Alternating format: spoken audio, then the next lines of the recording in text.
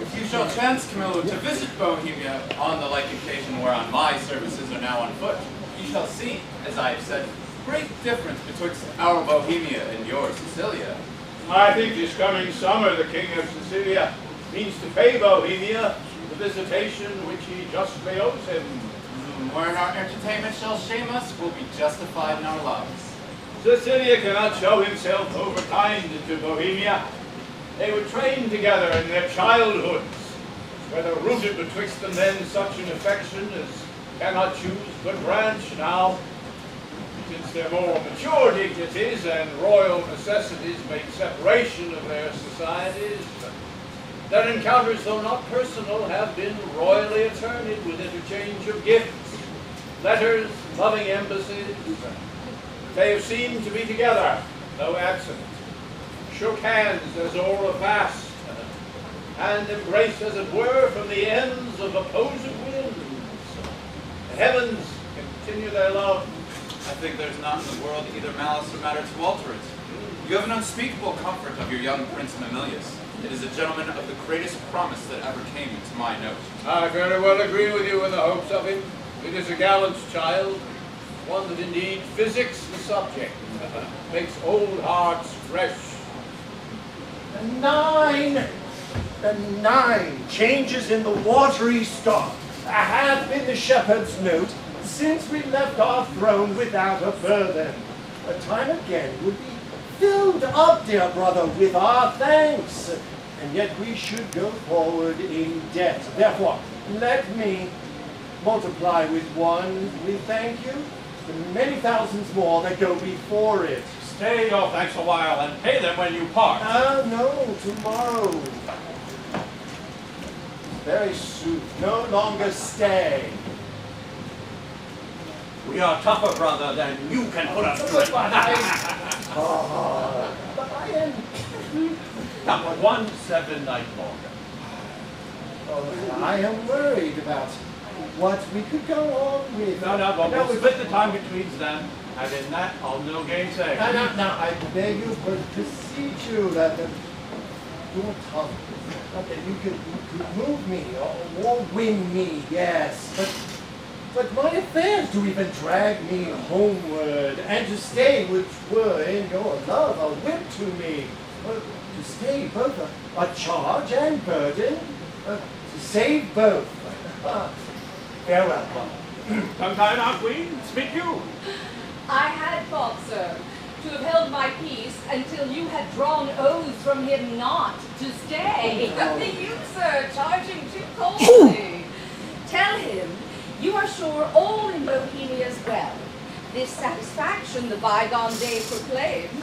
Say this to him, and he's beat from his best ward. Well said, Hermione.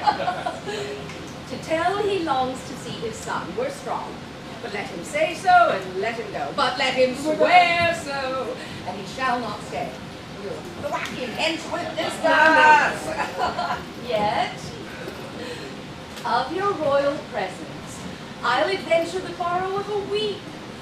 When at Bohemia you take my lord, I'll give him my commission to let him there a month behind the time prefixed for his parting.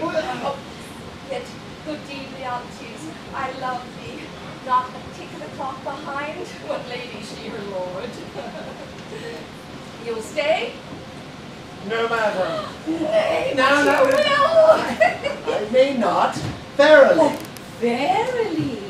You put me off with limber vows, but I, though you would seek to unsphere the stars with oaths, should yet say, sir, no going.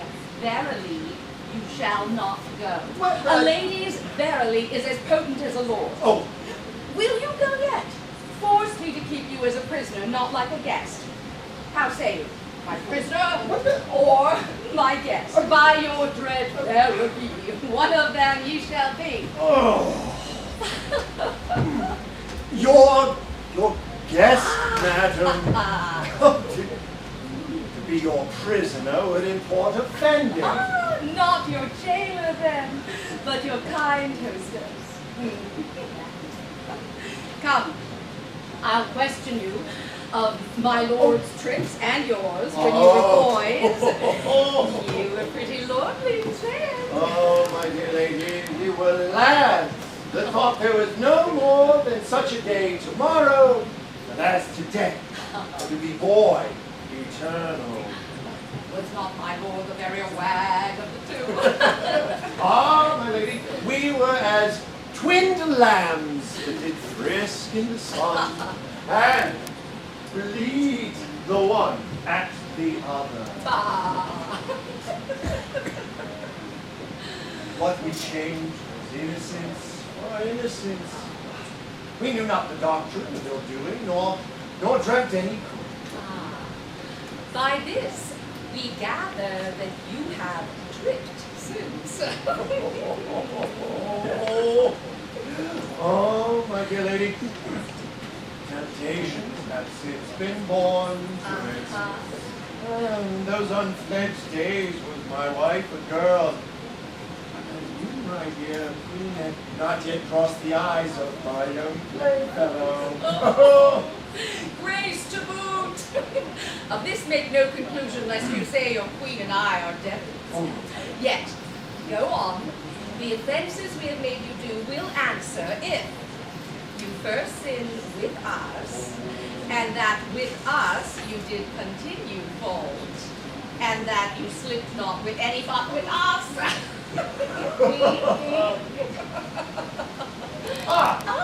Is he won yet? He'll stay, my lord. At my request he was not. Hermione, my dearest, thou never spokest to better purpose. Never. Well, never but once. What? Have I twice said well?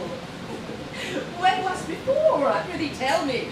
One good deed dying tongueless slaughters 1,000 waiting upon that. Our praises are our wages. But to the goal. My last good deed was to entreat his stay. What was my first?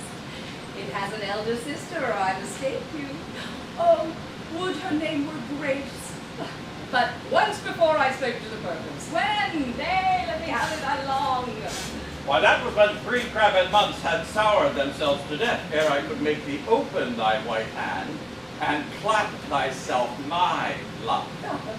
Then didst thou utter, I am yours forever. 'Tis grace indeed. Why, lo you now, I have spoke to the purpose twice. The one forever earned a royal husband. The other for some while a friend. Too hot! Too hot! To mingle friendships far as mingling bloods. I have tremor cordis on me. My heart dances. But not for joy, no. Not joy. This entertainment may have free face put on. Derive a liberty from haughtiness, from bounty, from fertile bosom, and well become the aged. It may. Warrant, what, to be paddling palms and pinching fingers as now they are, and making practice smiles as in a looking glass. Oh. And then to smile and triumph toward the more to the dear. Now that is entertainment my bosom likes not. Nor my brows. Mamillius, art thou my boy? Aye, my lord. Yes, that's the more cocker. But hast smutched thy nose. Now they say it is a copy out of mine. Come, Captain, we must be neat. Well, not neat, but cleanly, Captain. Cleanly. They say the steer, the heifer, and the cat are all called neat. Still virginaling upon his palms. How now, my wanton cat? Art thou my cat? Yes, if you will, my lord. Well, that wants the rough passion of horns that I have to be fool like me. And yet they say we are as almost as like as eggs. Women say so. They will say anything when they are false as dice are to be wished by one that fixes no born twixt his and mine. Yet for truth, say this boy were like me. Come, Sir Mage! Look on me with your welcome eye, oh, my sweet villain! And lay down. Maybe. Affection, my intention stabbed in the center, thus make possible things not so held. How could this be? No, but what's unreal, the coactive ardent fellow, is nothing. But thou mayest show joy with something. Then I find to the infection of my brains and hardening of my brows. What is Cecilia? Something seems unsettled. How now, dear brother? How is it with you? You look as if you held a brow of much distraction. Are you moved, my lord? Oh, no, in good earnest. Looking upon the lines of my boy's face there, methought I did recoil, these many years, as though myself unbreeched in my green velvet coat, my dagger muzzled, lest it should fight its master, and prove, as ornaments often do, too dangerous. Well, then methought how like I was to this colonel, this squad, this gentleman. Oh, now, mine honest fellow, will you take eggs for money? No, my lord. No. Fight. Happy man be his dole. My brother! Are you so fond of your young prince as we do seem to be of ours? If at home, he is my energy, my mirth, my matter. At first, he is my sworn friend, then my enemy. He is my parasite, my statesman, soldier, all. He makes the July day as short as December, and through all his childness, cures me things and thoughts that would pick my blood. So stands this squire office with me. We too will walk, my lord, and lead you to your graver steps. Hermione, as thou lovest us, show in our brother's welcome. Let what is dear in Sicily be cheap. For next to thyself and my young rover here, he is a parent to my heart. If you would seek us, we are yours in the garden. Shall attend you there. And to your own fence disposure.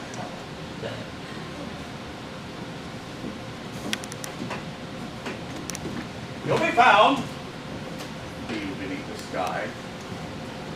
I am angry now, though you perceive me not how I get blind. Go to, how she holds up the neb and the bill to him, and arms him with the boldness of a wife to her allowing husband. God, really? Each thick-kneed, deep-headed ears a forked one. Go, play, boy, play. Thy mother plays, and I play too. But so disgraced a part whose issue will hiss me to my grave, contempt and clamor won't be mine now. No, don't play, play. There have been, or else I am much deceived, couples there now. And many a man there is, even at this present, now whilst I speak, who takes his wife by the arm, but little thinks she's been sluiced in his absence by his next neighbor, by to smile, his neighbor.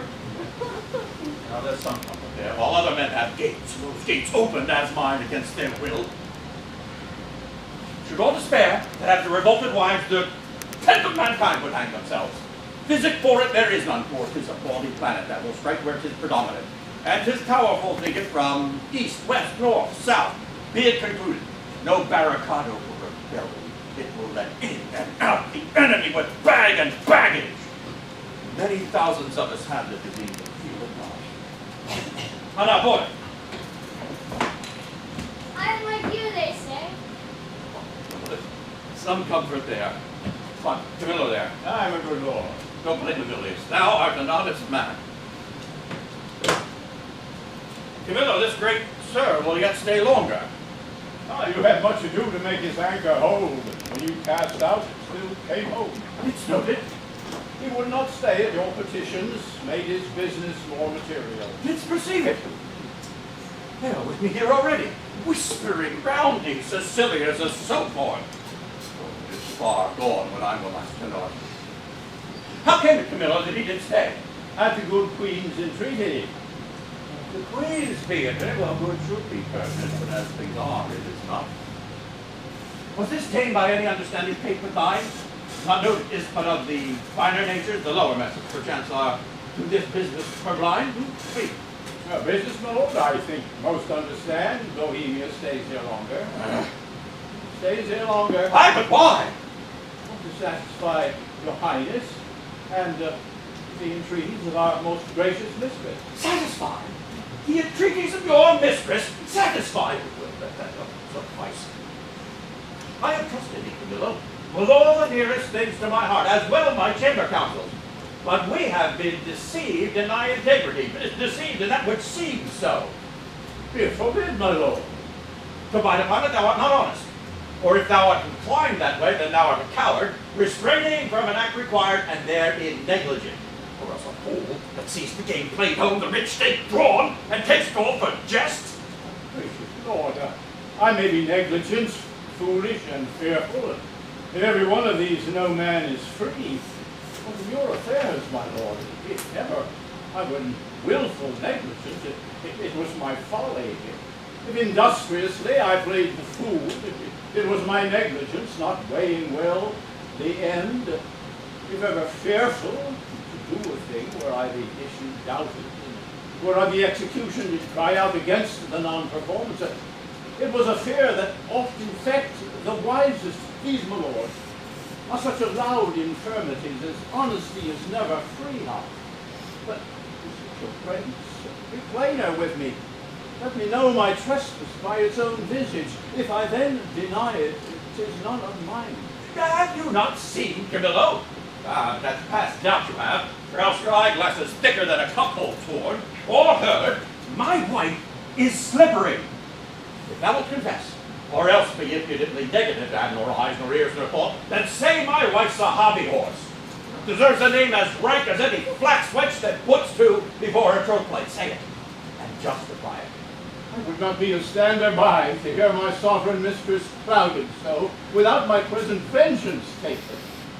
To my heart, you never spoke what did become you less than this, which to reiterate was sin as deep as that, though true. Is whispering nothing? Is leaning cheek to cheek, meeting noses, kissing with inside lip, stopping the career of a laugh with a sigh, forcing foot on foot, skulking in corners, wishing clocks more swift, hours, minutes, noon, midnight, and all eyes blind with cataracts save theirs. Theirs only that would unseen be wicked. Is this nothing? Or then the world and all that's in it is nothing. The covering sky is nothing. Bohemia is nothing. My wife is nothing. And nothing are these nothings if this be nothing. My lord, be sure that this disease the queen, and betimes what is most dangerous. Say it be, 'tis true. No, It is, you lie. You lie. I say the lies, Camillo, and I hate thee for it. If my wife's liver were as infected as her life, she would not lick the running of one glass. but who doth infect her? Well, he who wears her like a medal hanging about his neck, Bohemia, who, if I had servants true about me, well, they would do that, would not do more doing. And now, his cupbearer, who may speak plainly as heaven sees earth and earth sees heaven, how I am galled, might the spice of cup to give mine enemy a lasting week, which draught to me was cordial. My sir, my lord, I could do this, and that with no rash potion, but with a lingering dram that should not work maliciously, like poison. But I cannot believe this tract to be in my dread mistress, so sovereignly being honorable. I have loved Make thee. that my question and go wrong.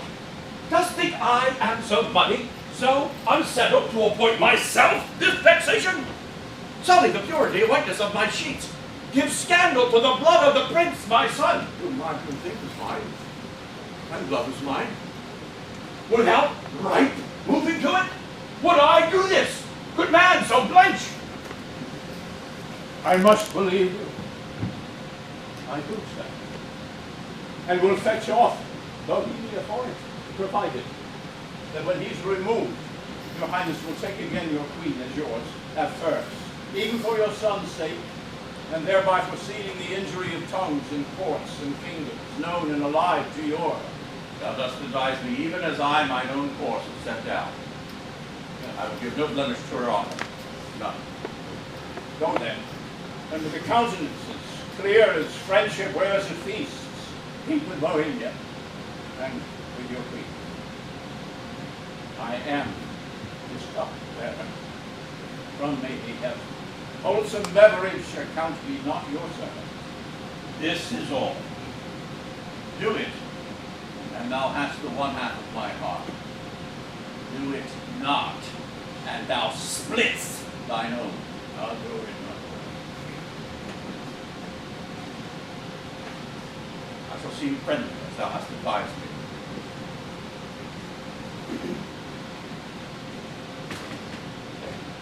Oh, miserable lady. For me, what case stand I in? I must be the poisoner of good Polixenes, and my grounds to do it is the obedience to a master, one who in rebellion with himself will have all that are his so too. To do this deed, promotion follows. If I could find example of thousands that had struck anointed kings and flourished after, I'd not do it. But since no brass, no stone, no parchment bears not one, let villainy itself forswear it. I must forsake the court. Do it or no is certain to me a breakneck, happy star. Reign now. Here comes Bohemia. Strange. Thinks my favor here begins to warm, not speak. Ah, Camillo. Hail, most royal sir. Ah, what is the news in the court? None rare, my lord. The king, got the half-horn countenance, as though he lost some province or region, loved as he loves himself. Even now I pass him with customary compliment, and he with wafting eye of disdain and falling lip of contempt passes by me, leaving me to consider what is breeding that changes thus his manner. I dare not know, my lord. Dare not? Do not. Do you know and dare not? Be intelligent to me, good Camillo. Thy changed complexions are a mirror to me, and show that mine have altered too. For I must be a party to this alteration, finding myself thus altered with it. Lord, there is a sickness which puts some of us in distemper. I cannot name the disease, and it is caught of you, but yet our will. What of me? Do not make me cited like a basilisk. As thou art certainly a gentleman, good Camillo. I beseech thee, if you know aught which behooves my knowledge to be informed of, imprison it not in ignorant concealment. I may not answer. Sickness caught of me, yet I am well. I must be answered. Dost thou hear, Camillo? I conjure thee, in all the parts of man that honor dost acknowledge, now reveal to me what incidency thou dost fear upon is creeping toward me. How close, how far, which direction to be prevented, if so, and if not, how best to bear it. Sir, I will take it, since I am charged in honor, and by him that I think honor. Therefore mark my counsel, which must be even as swiftly followed as I mean to utter it, or both yourself and we cry lost, and so good night. On, Camillo. I am appointed by him to murder you. By whom? By the king. For what? He thinks. Nay, with all confidence, he swears, as he had seen it, or been an instrument to device you to it, that you have touched his queen forbidden.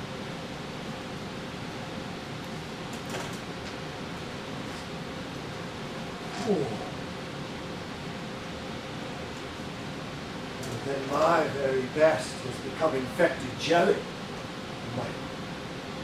My name be yoked with him that did betray the best. Swear is Thodor by each particular star in heaven, and with all their influences, you may as well forbid the sea to obey the moon as shape the fabric of the folly. How should this grow? I know not, but I'm sure 'tis safer to avoid what's grown than question how 'tis born. Therefore, if you dare trust my honesty, away tonight. Your followers I will whisper to the business, and will by twos and threes at several posterns clear them of the city. For myself, I'll put my fortunes to your service, which are here by this discovery lost. Be not uncertain, for by the honor of my parents I have spoken truth. I believe thee, Camillo. I have seen his heart in his face. Give me thy hand. Be pilot to me, and thy place shall still neighbor mine. My ships are ready. My people had planned for my hence departure 2 days ago. This jealousy is for a precious creature. Come. I shall respect thee as a father if you guide my life or death. Let us avoid. It is in mine authority to command the keys of all the posterns. Please your highness to take the urgent hour.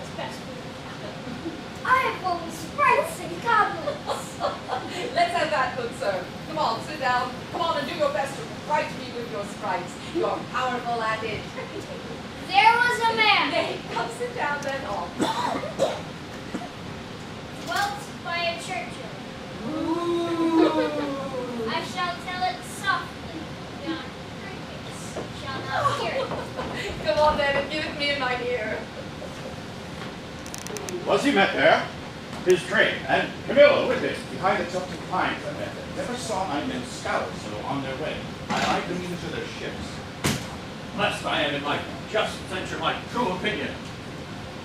A lack for lesser knowledge. How cursed in being so blessed. May be in the cup a spider steeped. When I drink, depart and partake no venom, for his knowledge is not infected. But if one present the abhorred ingredient to the eye, make known how he hath drunk, he cracks his gorge, his sides with violent heft. I have drunk it, and seen the spider. Camillo was his help in this, his pander. There's a plot against my life and crown, and all's true that is mistrusted.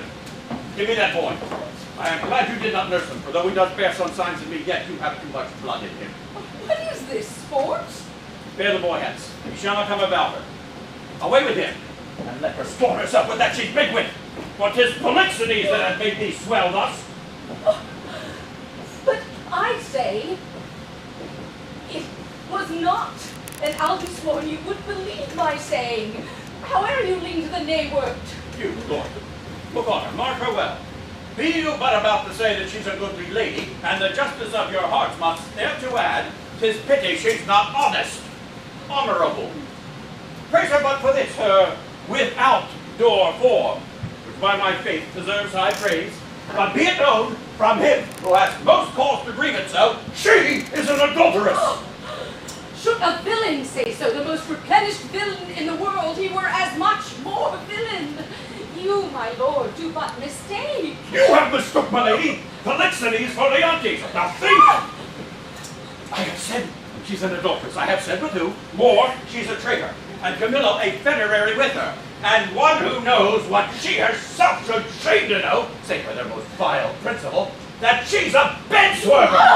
I am privy to this, their late escape. No, by my life, privy to none of this. How will this grieve you when you shall come to clearer knowledge that you thus have published me?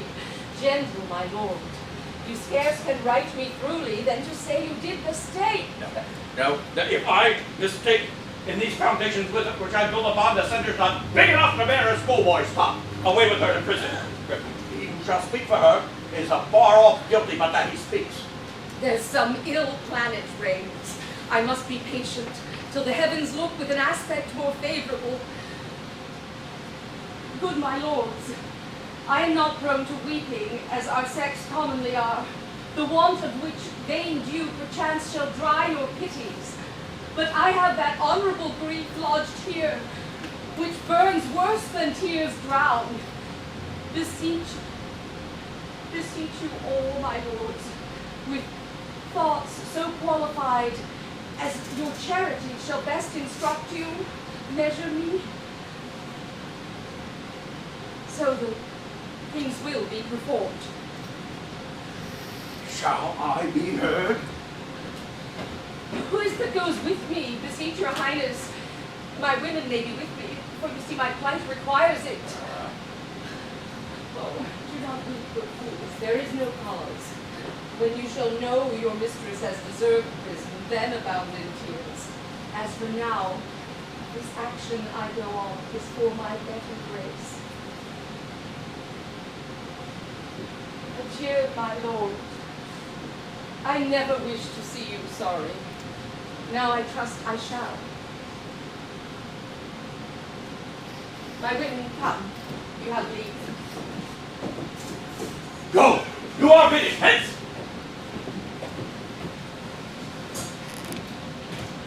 Beseech your highness. Call the queen again. Be certain what you do, sir, lest your justice prove violence, into which three great ones suffer, yourself, the queen, and your son. For her, my lord, I dare my life lay down, and will do it, sir. Please you to accept it that the queen is spotless in the eyes of heaven, and to you. I mean, in this, which you accuse her? Aye, every drab of woman's flesh is false as she be. Now, hold your pieces. Good, my lord. It is for you we speak, not ourselves. You are abused, and by some putter I'm going to be damned for it. But would I knew the villain, I would land damn him. Cease! No more. You smell this business with a sense as cold as is a dead man's nose. But I can see it and feel it as you feel going thus, and see with all the instruments that feel. If it be so, we need no grave for very honesty. There's not a grain of it. The face to sweeten of the whole dungy earth. What? Lack I credit? I'd rather you did lack than I, my lord, upon this ground. And more it would comfort me to have her honor true than your suspicion. Be blamed for it how you might. What need we commune with you of this? We want no more of your advice. The matter, the loss, the gain, the ordering on it, is all properly ours. And I wish, my liege, you had only in your silent judgment tried it, without more overture. How can that be? Either thou art most ignorant by age, or else thou wert born a fool. Camillo's flight, added to their familiarity, which was as gross as ever such conjecture, which lacked only seeing, not for approbation, but only sight, with all the other circumstances made up to the deed, doth push this proceeding on. Yet, for greater confirmation, for in an act of this importance, were most piteous to be wild. I have dispatched in post to sacred Delphos, Apollo's temple, Cleomenes and Dion. Now they from the oracle will deliver all. Whose spiritual counsel had shall stop or spur me. Have I done well? Well done. I am satisfied and need no more than what I know. Yet shall the oracle give rest to the minds of others, such as he whose ignorant credulity will not come up to the truth. Come, follow me. We ought to speak in public, or this business will raise us all. To laughter, as I take it, the good truth were known.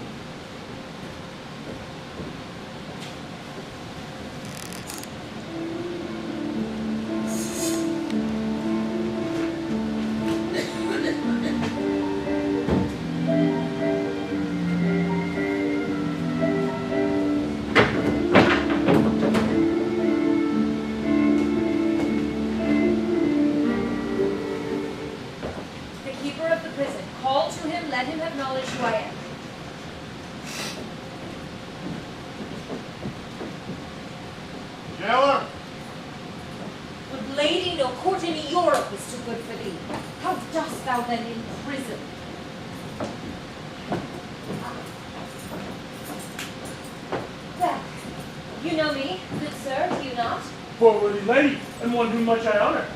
I pray you then conduct me to the plea. I may not, madam. To the contrary, I have express commandment. Here's a do. To lock up honesty and honor from the access of gentle visitors. I pray you, is it lawful to see her women? Any of them? Amelia? So please you, madam, I shall bring Amelia forth. And madam, I must be present at your conference. Be it so, prithee, I pray now, call her. Ugh, here's a Jew. To make no stain a stain as passes coloring.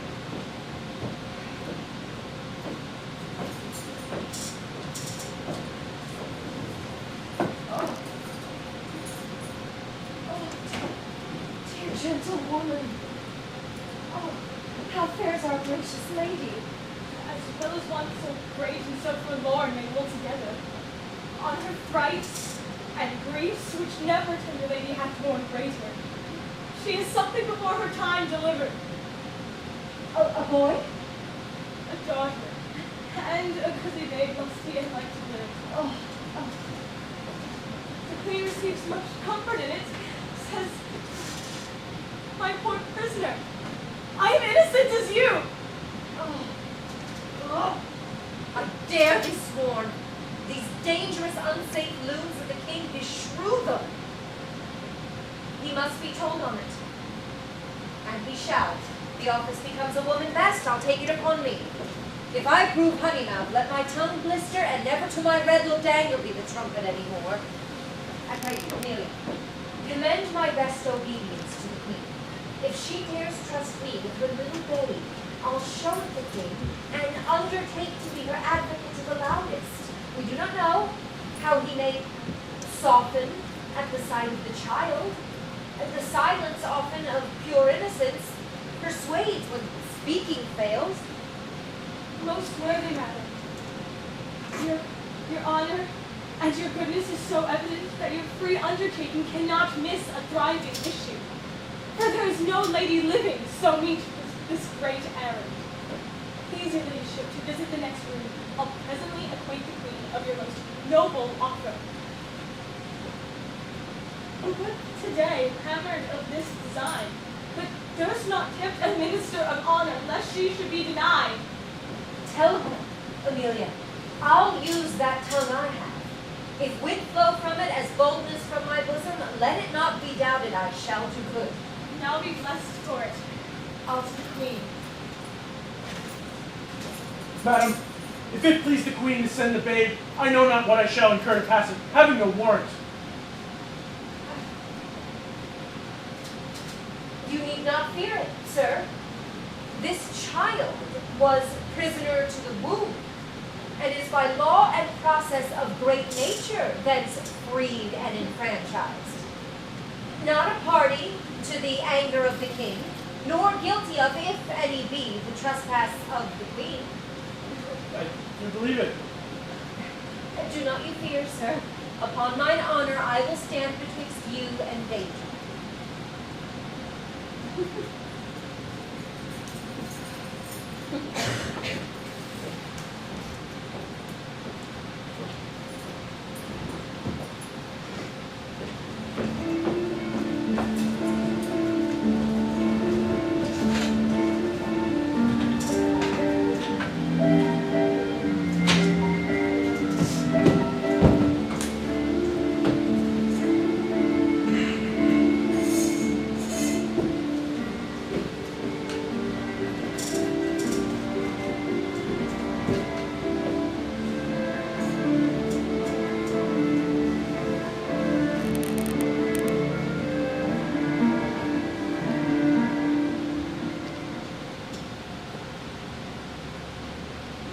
Nor night, nor day, no rest. It is but weakness to bear the matter thus, mere weakness. Say that the cause were not in being. Part of the cause, she, the adulteress. The harlot king is quite beyond mine arm, out of the blanket level of my brain, plot proof. She, I can hook to me. Say that you were born, given to the fire. The moiety of my rest might come to me again. Who's there? My lord, How does the boy? he took good rest tonight. 'Tis hoped that his sickness is discharged. Oh, to see his nobleness. Conceiving the dishonor of his mother, he straight declined, drooped, took it deeply, fastened and fixed the shame on it in himself, threw off his spirit, his rest, his appetite, and downright language. Leave me so to go and see how he fares.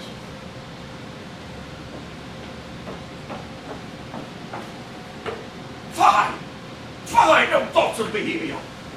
The thought of my revenges that way recoil upon me. In himself, too mighty, and in his parties, his allegiances. Let him be until a time may serve. For present vengeance, take it on her. Camillo and Polixenes laugh at me. They make a pastime of my sorrows. Well, they should not laugh if I could reach them. Nor shall she within my power. You must not enter. Nay, rather, good my lords, be second to me. Oh, fear you his tyrannous passion more, alas, than the queen's own life? A gracious, innocent soul, more free than he is jealous. That's enough. Why don't you come again? Not so hot, good sir. I come to bring him sleep.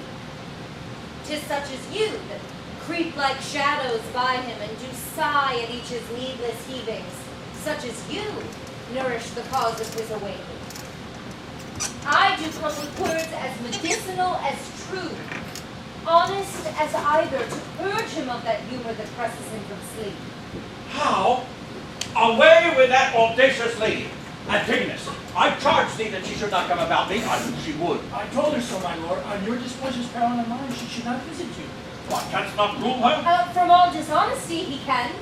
In this, unless he take the course you have done, commit me for committing honor, trusted he shall not rule me.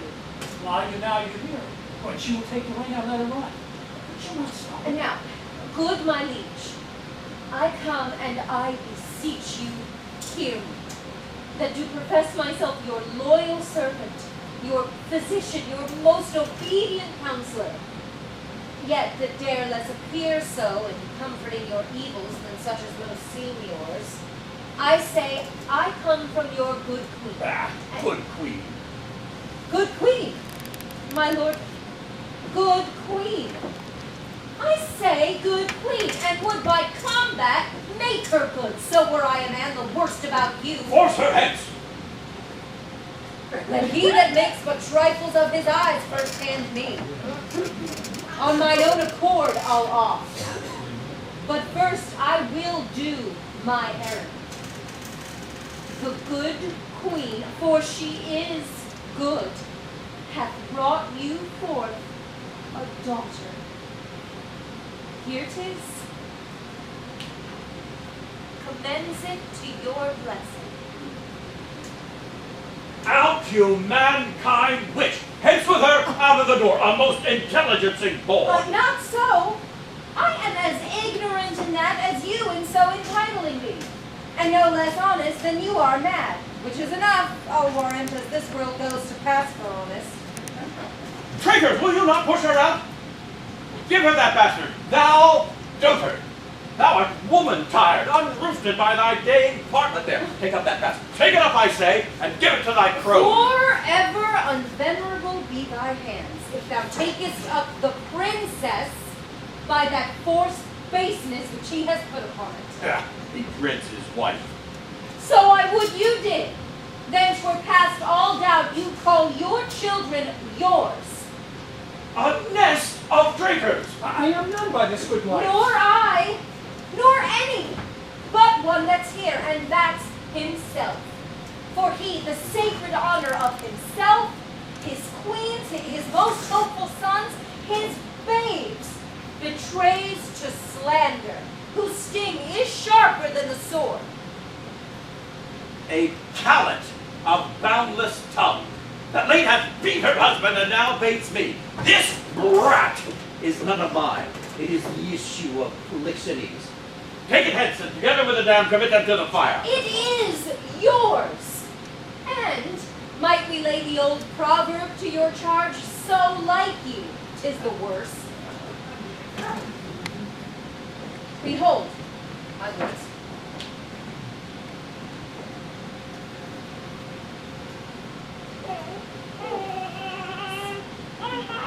Although the print be little, the whole matter and copy of the Father.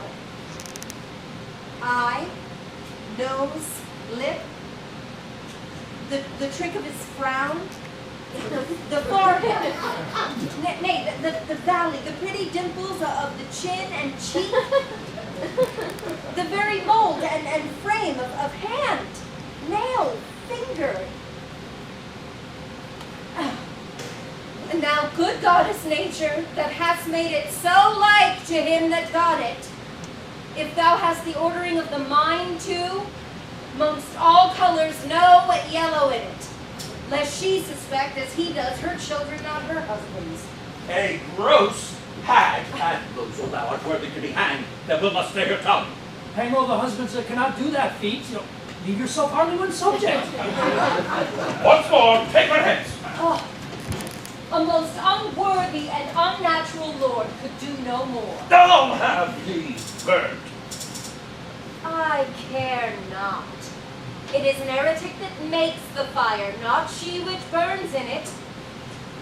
Now, I'll not call you tyrant, but this most cruel usage of your queen, not able to produce more accusation than your own weak-hinged fancy, it something savors of tyranny, and will ennoble make you, yea, scandalous to the world. On your allegiance, out of the chamber with her. Were I a tyrant, where were her life? She durst not call me so if she did know me want. Away with her. I pray you do not push me, I'll be gone.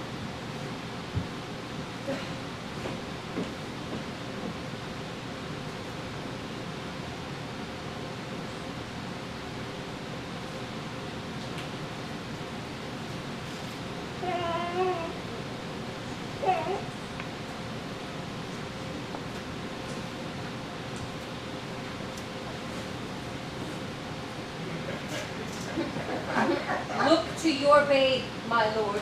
'Tis yours. Jove sent her a better guiding spirit. Oh, what needs these hands? You, that are so tender o'er his follies, will ne'er do him good. Not one of you. And so,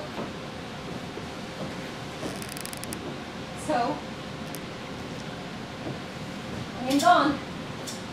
Farewell. Thou, traitor, hast set thy wife to this. My child, away with it. Even thou, that hast a heart so tender on it.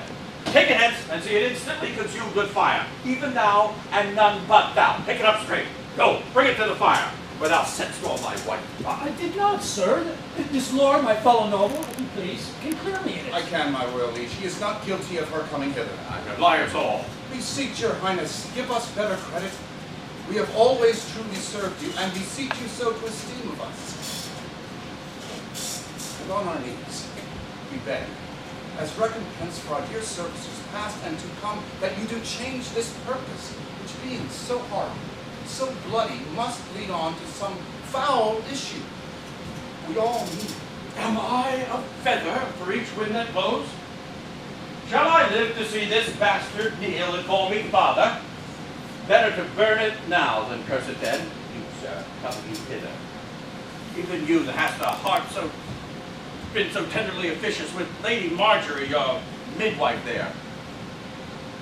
To save this bastard's life, oh, he's a bastard, so sure this beard is gray. What would you adventure to save this brat's life?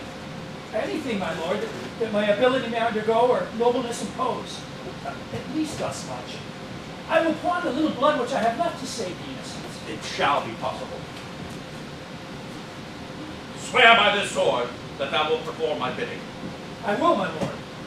Mark and perform it.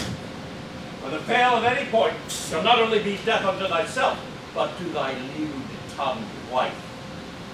But for this time we part. I do enjoin thee, as thou art liege man to us, that thou take this female bastard hence, and that thou bear it to some remote and desert place quite out of our dominions, and that there thou leave it, without more mercy to its own protection and favor of the climate. Since by strange fortune it came to us, I do charge thee, on thy soul's peril and thy body's torture, that you do commend it strangely to some place where chance may nurse or end it. Take it up. I swear to do this, though a pleasant death had been more merciful. Come, poor babe. Some powerful spirit instructed kites and ravens to be thy nurses. Bears and wolves, they say, casting aside their savageness, have done like offices of wood. Sir, be prosperous in more than this deed does require. And blessing. Against this cruelty, fight on thy side. Poor thing condemned to loss. No, I'll not rear another's issue. Please, your highness, posts from those you sent to the oracle are come an hour since. Cleomes and Dion, being well arrived from Delphos, are both landed, hasting to the court. Great Apollo suddenly will have the truth of this appear. You, Lord, summon a session that we may arraign our most disloyal lady. As she hath been publicly accused, so shall she have an open and just trial. While she lives, my heart will be a burden to me. Leave me, and think upon my bidding.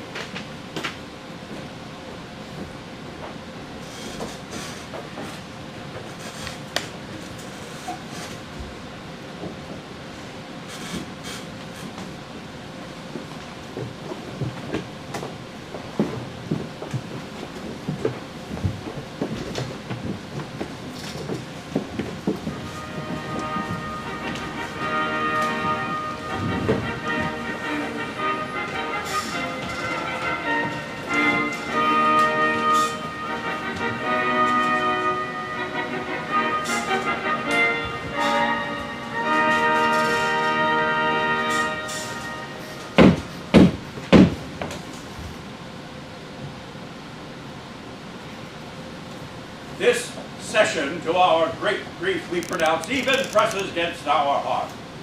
The party charged, the daughter of a king, our wife, and one of us too much beloved. Let us be cleared of being tyrannous, since we do so openly proceed in justice, which shall have due course even to the guilt or the purgation. Produce the prisoner. It is His Highness's pleasure that the Queen appear in person here in court.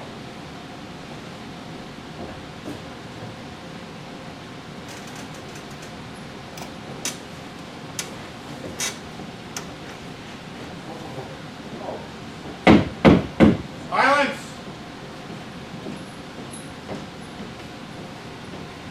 Read the indictment.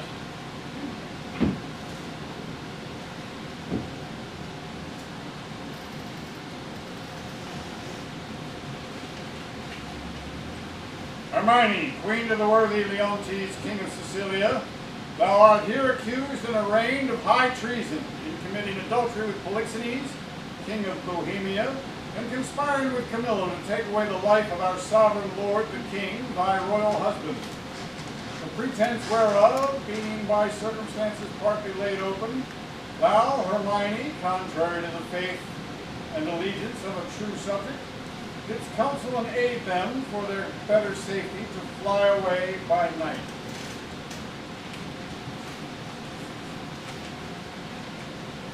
Since what I am to say must be but that which contradicts my accusation, and the testimony on my part no other but what comes from myself, it shall scarce boot me to say not guilty. Mine integrity, being counted falsehood, shall, as I express it, be so received. But thus, if powers divine behold our human actions as they do, I doubt not then but innocence shall make false accusation blush and tyranny tremble at patience. You, my lord, best know, who least will seem to do so, my past life has been as continent, as chaste, as true as I am now. For behold me, a fellow of the royal bed, which own a moiety of the throne, a great king's daughter, the mother to a hopeful prince, here standing to prate and talk for life and honor, for who please to come and hear. I appeal to your own conscience, sir. Before Polixenes came to your court, how I was in your grace, how merited to be so. Since he came, if one jot beyond the bound of honor I appeared, or in act or will that way inclining, hardened be the hearts of all who hear me, and my nearest of kin cried, fie upon my grave. I ne'er heard yet that any of these bolder vices wanted less impudence to gainsay what they did than first to perform it. That's true enough. Though 'tis a saying, sir, not due to me. You will not own it. More than mistress of which comes to me in name of fault, I must not at all acknowledge. For Polixenes, with whom I am accused, I do confess I loved him, as in honor he required, with such a kind of love as might become a lady like me.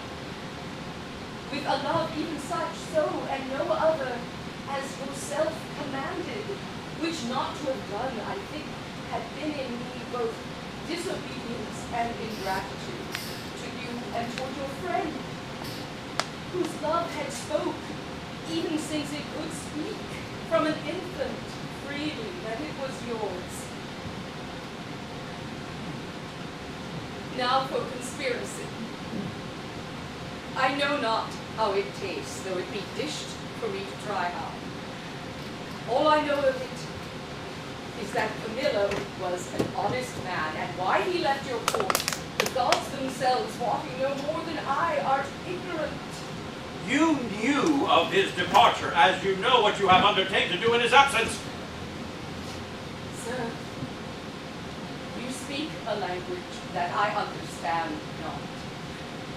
My life stands in the level of your dreams, which I'll lay down.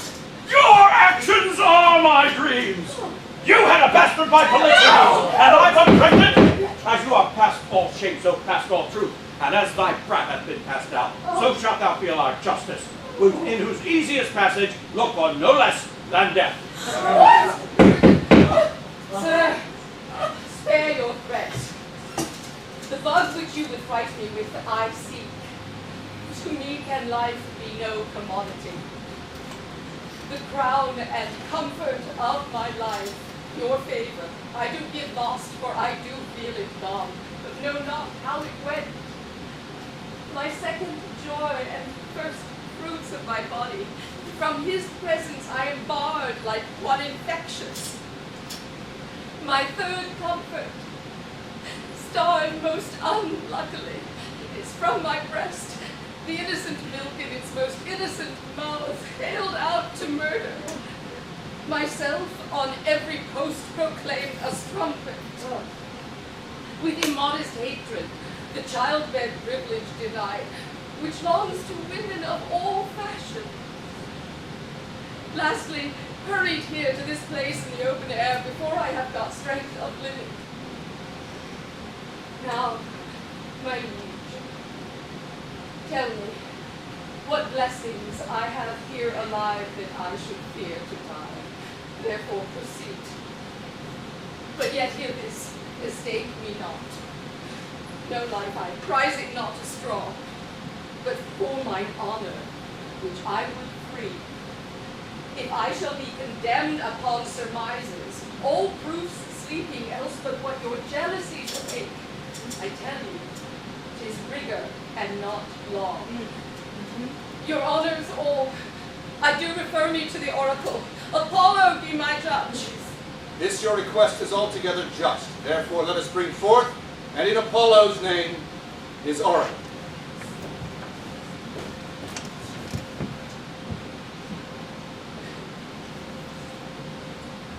The Emperor of Russia was my father. Oh, that he were alive, and here beholding his daughter's trial, that he did but see the flatness of my misery. Yet with eyes of pity, not revenge.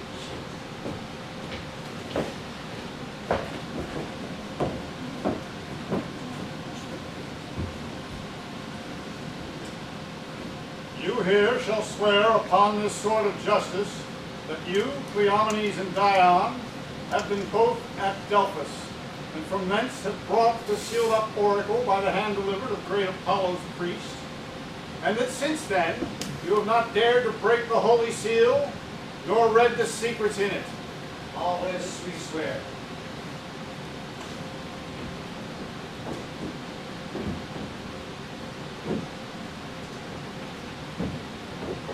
Break up the seal and read.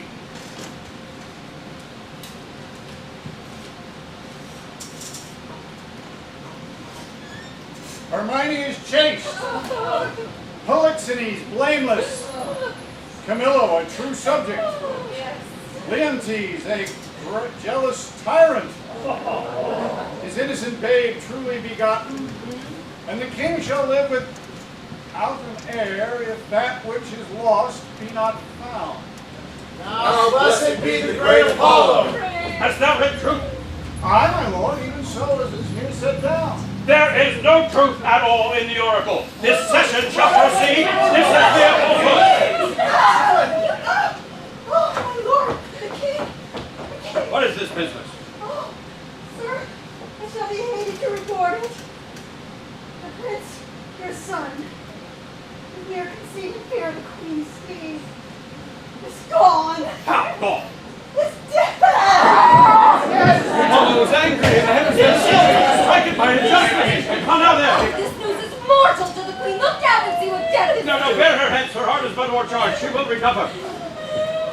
I have too much believed my own suspicions. Beseech you tenderly apply to her some remedies for life.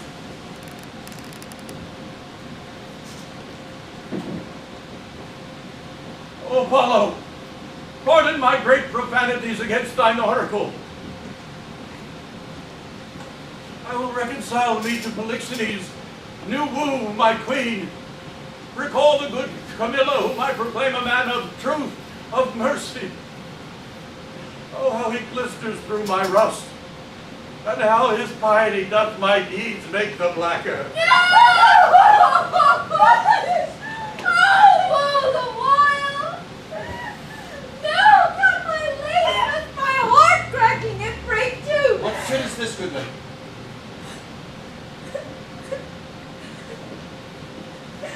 What studied torments, tyrant, hast for me? What, wheels, racks, fires? What, flaying, boiling, in leads or oils? What old or newer torture must I receive whose every word deserves to taste of thy most worst. Thy tyranny, together working with thy jealousy, fancies to weep for boys, to breed an idol for girls of 9. Oh, think what they have done, and then run mad indeed, stark mad. For all thy bygone fooleries, workings, vices of it. That thou betrayedst Polixenes, 'twas nothing. That did but show thee of a fool, inconstant, and damnable ingrateful. Nor was it much thou wouldst poison good Camillo's honor, to have him kill a king. Poor trespasses, no more monstrous standing by, whereof I reckon. The casting forth to prose thy baby daughter, to be or none, or little, though a devil would have shed water out of fire ere done it. Nor is it directly laid to thee the death of the young prince, whose honorable thoughts high for one so tender, cleft the heart that could conceive a gross and foolish sire blemished his gracious dam. This is not, no, laid to thy answer, but the last. Oh, Lord, when I have said, cry woe, the queen, the sweetest, dearest creature, is dead. Be gone! The higher powers forbid. I say she's dead, and I'll swear it. If word nor oath prevail not, go and see. If you can bring tincture or luster in her lip, her eye, heat outwardly or breath within, I'll serve you as I would do the gods. But oh, thou tyrant, do not repent these things. They are heavier than all thy woes can stir. Therefore betake thee to nothing but despair. 1,000 knees, 10,000 years together, naked, fasting upon a barren mountain, and still winter in storm perpetual could not move the gods to look that way thou wert. Go on, thou canst not speak too much. I have deserved all tongues to talk their bitterness. Say no more. However the business goes, you have fault in the boldness of your speech.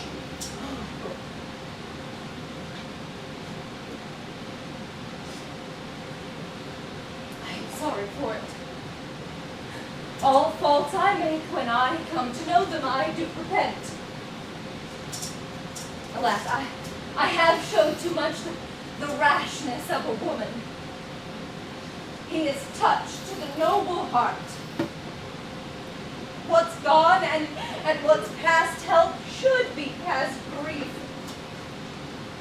Therefore do not receive affliction at my petition. I beseech you, rather let me be punished, that have minded you of what you should forget. Good, my liege. Sir, royal sir, forgive a foolish woman the love I bore your queen. No fool again. I'll speak of her no more, nor of your children. I'll not remember you of my own lord, who is lost too. Take your patience, too. And I'll say nothing. Thou didst speak but well, but most the truth, which I receive much better than to be pitied of thee.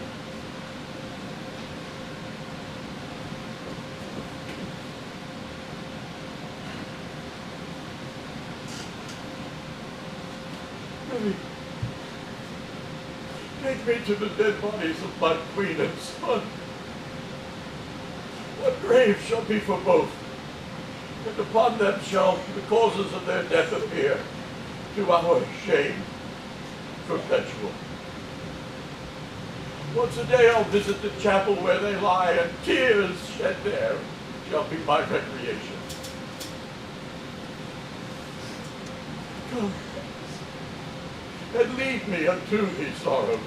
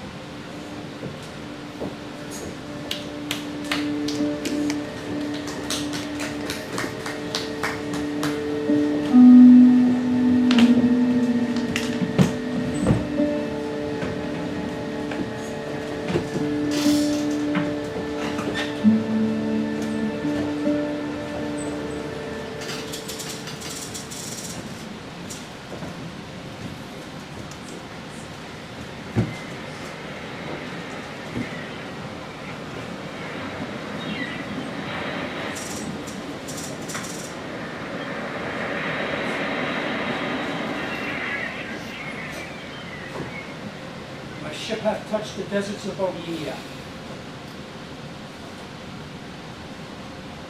Come, poor babe.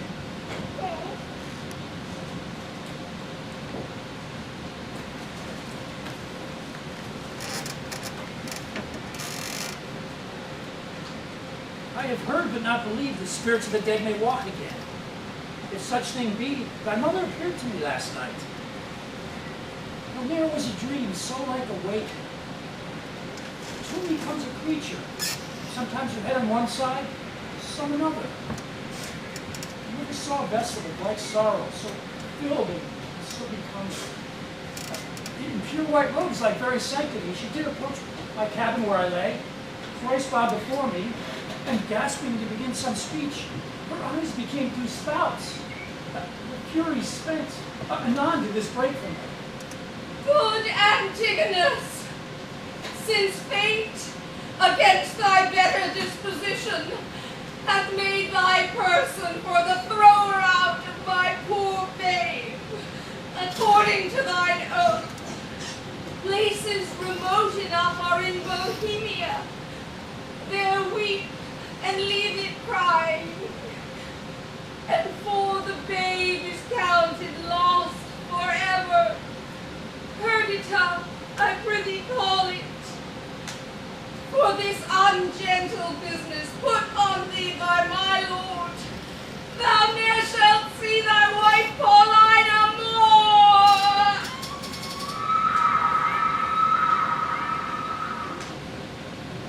So with screams she melted into air. Affrighted much I did in time to inform myself, and that this is so, and no slumber. Dreams and toys. Yet for this once, yea, superstitiously, I will be squared by this. I do believe Hermione hath suffered death, and Apollo witness, being indeed the issue of King Polixenes, it should here be laid, either for life or death, upon the earth of its right father.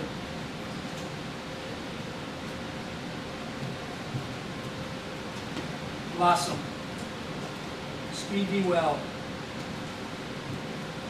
There lie.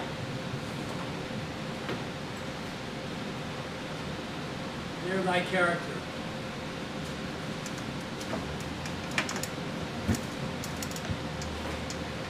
There these, which may if fortune please breed pretty and still rest thine.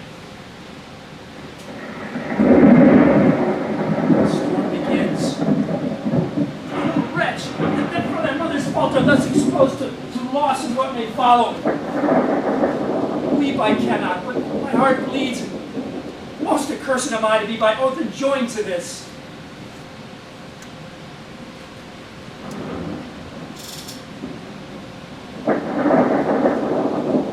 Farewell. Day grows more and more. Thou art lullaby too rough. Never saw the heavens so dim by day.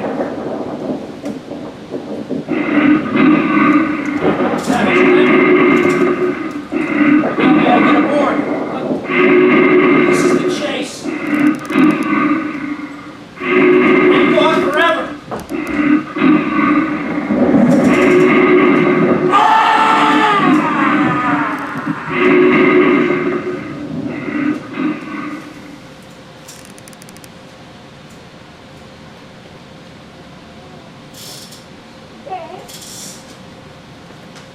I would there were no age between 16 and 3 and 20, or that youth would sleep out the rest. For there is nothing in the between but getting wenches with child wronging the ancientry, stealing, fighting, harking out. Would any but these boiled brains of 19 and 2 and 20 hunt this weather? They've scared away 2 of my best sheep, which I fear the wolf will sooner find than the master. If anywhere I have them, 'tis by the seaside, browsing alike.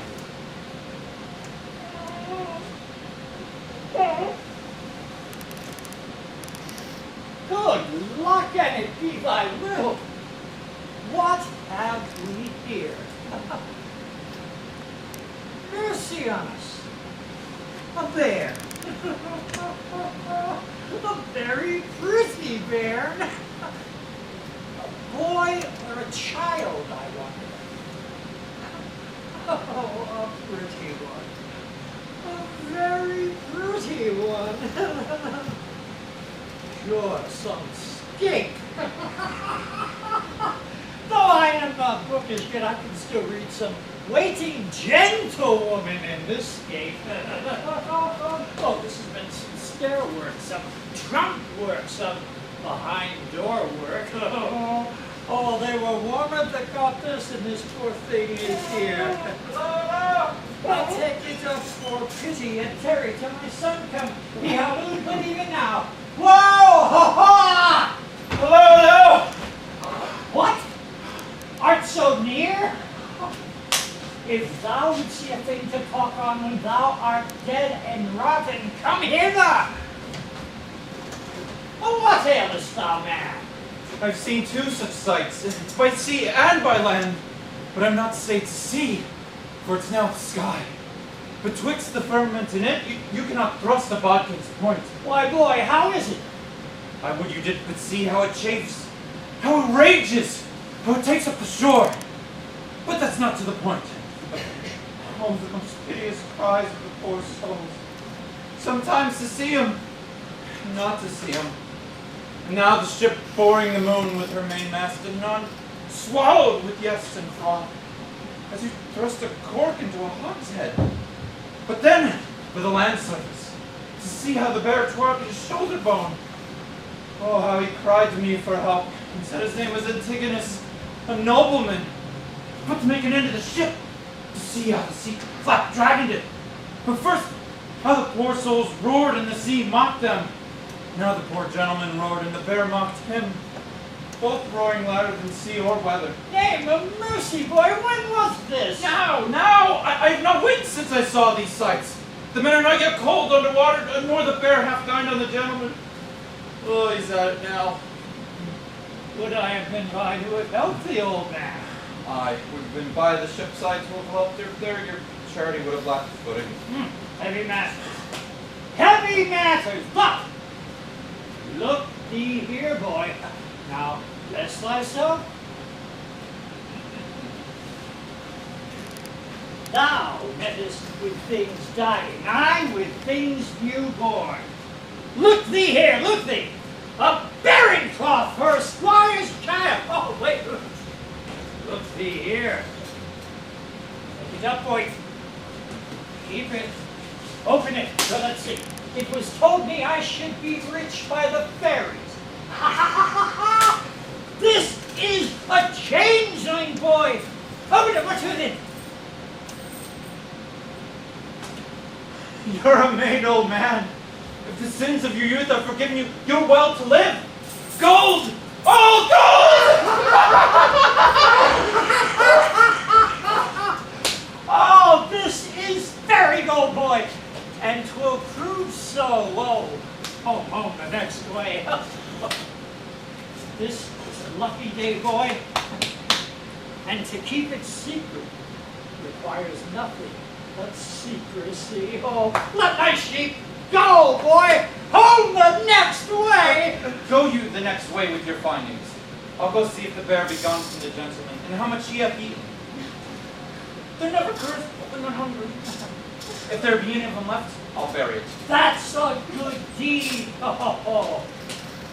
If there be anything left of him that thou mayest discern as what he is, fetch me to the sight of him.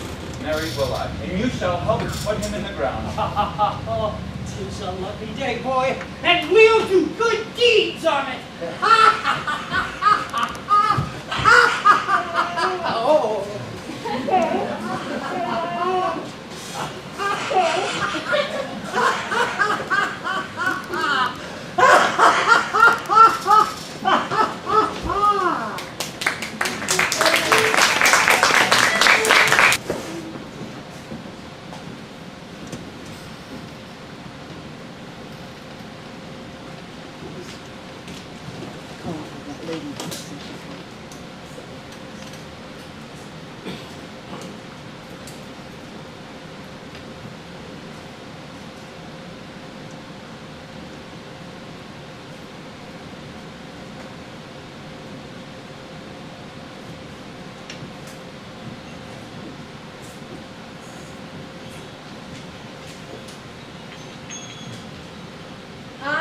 Please some, try all, both joy and terror of good and bad that makes and unfolds error. Now take upon me, in the name of time, to use my wings. Impute it not a crime to me or my swift passage, that I slide o'er 16 years, and leave the growth untried of that wide gap. Your patience disallowing, I turn my glass and give my scene such growing as you had slept between. Leontes leaving, the effects of his fond jealousy so grieving, he shuts up himself. Imagine me, gentle spectators, I may now be in fair Bohemia.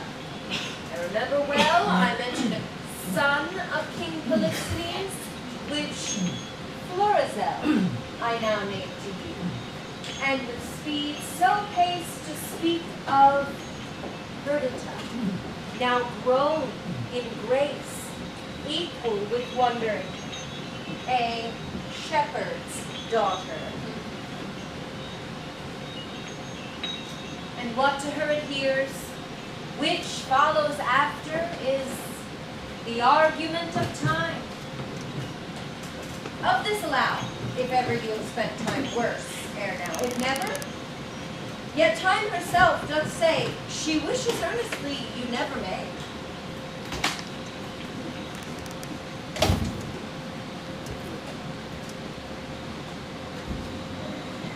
Good Camillo, be no more importunate.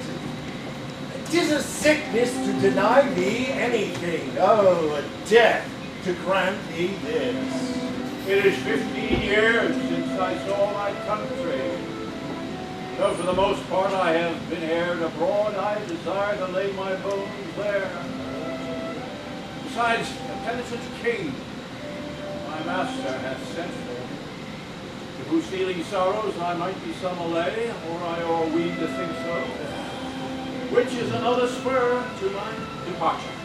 As thou dost love me, good Camillo, wipe not out the rest of thy service by leaving me now.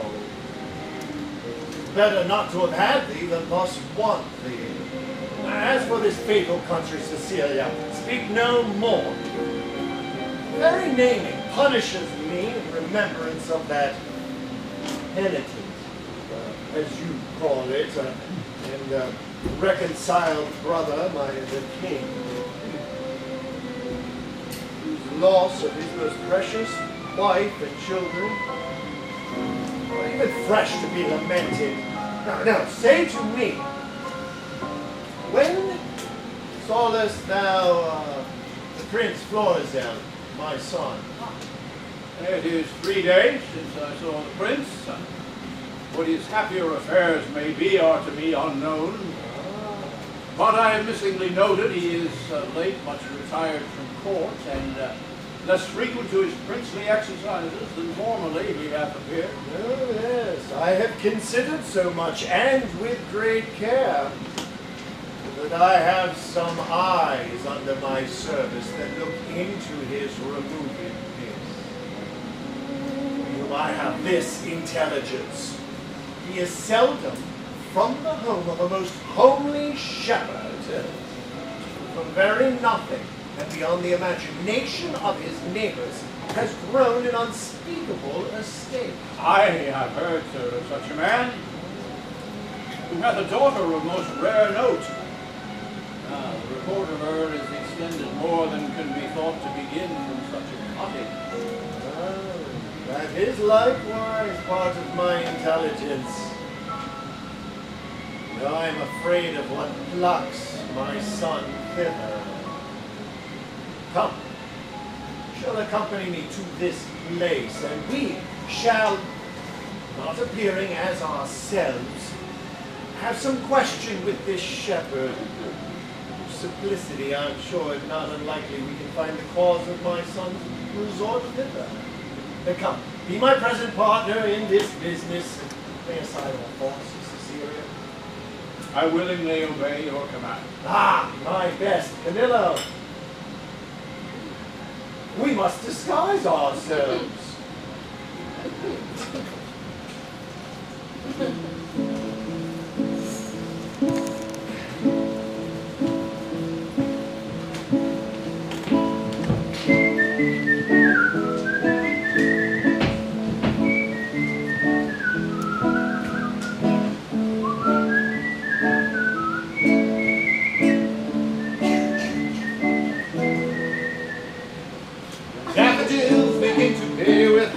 Doxy over the dale, then comes in the sweet of the year, the red bud rains and the winter's pale. The white sheep itching on the hedge, with high the sweet birds, oh how they sing, and the puggy tooth on it, for the vale is a dish for a king. The lark, that tear of the air and chance, what high, what high. The thrush and the jay are summer songs, for me and my aunts, while we drove our tumbling in the hay.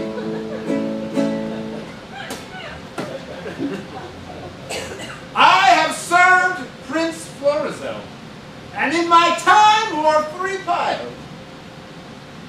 Now I'm out of service. If tinkers may have leave to live, bear the south-skin budget. My advice I will may give, and in the stocks of voucher, my traffic is sheets. When the kite builds, look at lesser linen. My father named me Autolycus, who, being as I am, littered under Mercury, was likewise a snapper up of unconsidered trifles. With dye and drab, I purchased this comparison, and I make my living by petty theft. A prize! A prize. Let me see. Every 11 weather tod, every tod yields a pound and odd shilling. 1,500 shorn. Comes the wool too. If the springe hold, the cock's mine. I cannot go without counts. Let me see. What am I to buy for our sheep shirt? 3 pounds of sugar, 5 pounds of rice. Rice? Well, this sister of mine doeth rice.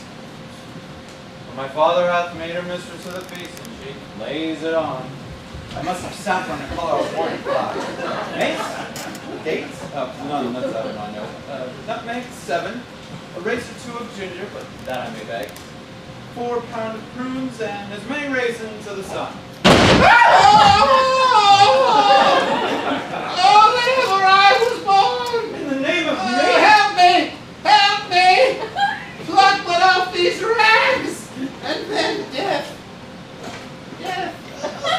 Poor soul, thou hast need of more rags, Leontes, rather than have these off. Oh, sir! Oh, the lonesomeness of them offends me more than the stripes which I have received, which are mighty ones, and millions. My poor man, a million of beatings may come to a greater matter. I am robbed, sir, and beaten, my money and an apparel taken from me, and these detestable things put upon me.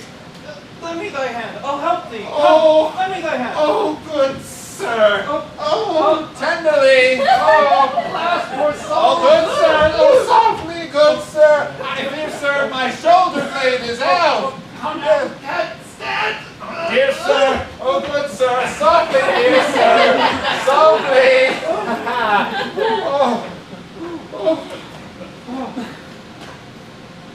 Thou hast done me a charitable office. Dost lack any money? I have little money for thee. No, good sir, no, sir, I beseech you. I have a kinsman, not past 3/4 of a mile hence, unto whom I was going. I shall there have money and anything I need. Offer me no money, I pray you. That kills my heart. What manner of fellow is he that robbed you? Oh, a fellow, sir, that I have known to go about with troll names. I knew him once a servant of the prince. I cannot say for which of his virtues it was, but he was certainly without court. His vices, you would say. There's no virtue whipped out of court. They cherish it to make it stay there, yet it'll no more but abide. Vices, I would say, sir, yes. Oh, I know this man well. He hath been since an 8-bearer, then a process server, then a bailiff. Then he got possession of a puppet show and married a tinker's wife. Within a mile from where my land and living lies. And after having flown over many knavish professions, he settled only in rogue. Some call him Autolycus. Out upon him, prig! For my life, prig! Ugh, he haunts wakes, fairs, and bear baitings. True, sir. He, that's the rogue that put me in this apparel. Not a more cowardly rogue in all Bohemia.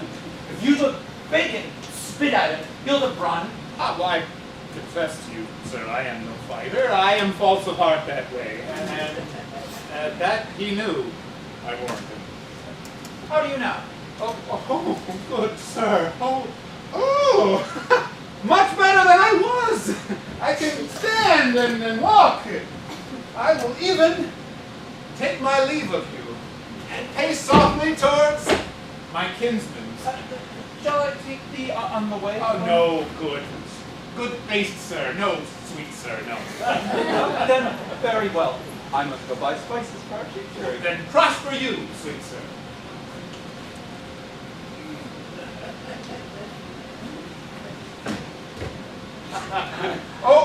Your purse is not hot enough to purchase your spice.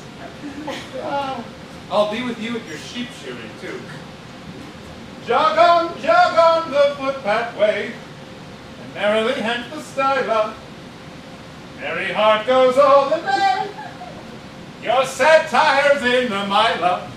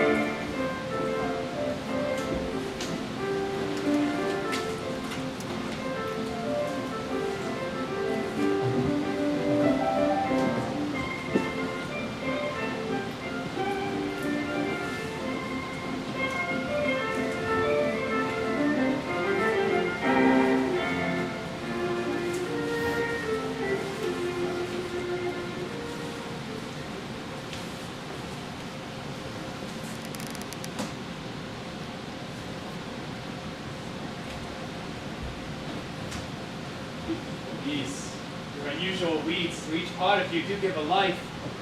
No shepherdess, but Flora, peering in April's front. Is your sheep shearing? This is a meeting of the petty gods, and you the queen aunts. Sir, my gracious lord, your extremes have now become extreme. Oh, pardon that I name them. Your high self, gracious mark of the land, you have obscured the swain's wearing, and me, poor lowly maid, whose goddess-like prank done, I should blush to see so. Swoon, I think, to show myself to rise. I bless the time when my good falcon made her flight across thy father's grounds. You Jove afford your cause. The difference in me forges dread. Even now I tremble to think your father by some accident should pass this way as you. Oh, the fates!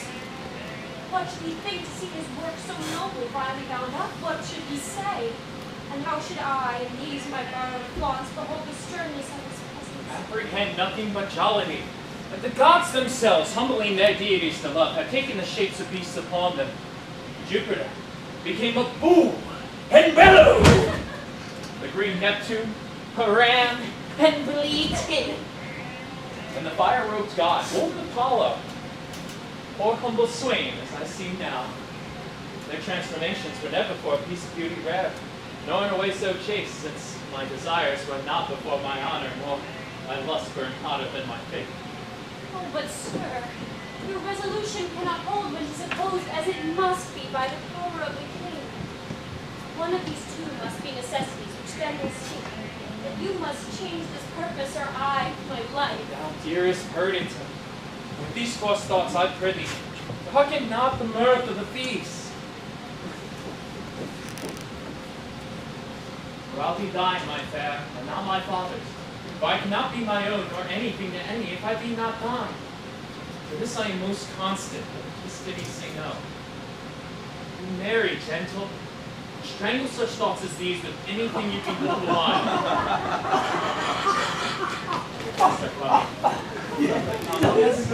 When the day's celebration of that nuptial, you two sworn shall come. Oh, Lady Fortune, stand you auspicious. Just approach. Dress yourself to entertain them sprightly and must be read with mirth. My daughter, when my old wife lived upon this day, she was both cackler, butler, cook, both dame and servant. Welcome dog, served all, would sing her song and dance her turn at upper end of the table, now in the middle, on his shoulder and his, her face of fire with labor, and the thing she took to quench it, she would to each one sing. You are retired, as if you were a feasted one and not the hostess of this meeting. Oh, come, pray you, bid these unknown friends to us welcome, and welcome us all to your sheep shearing, as your good flock shall prosper. Sir, welcome. It is my father's will that I shall take up the hostessship of the day. You're very welcome, sir. Give me those flowers there, Dorcas.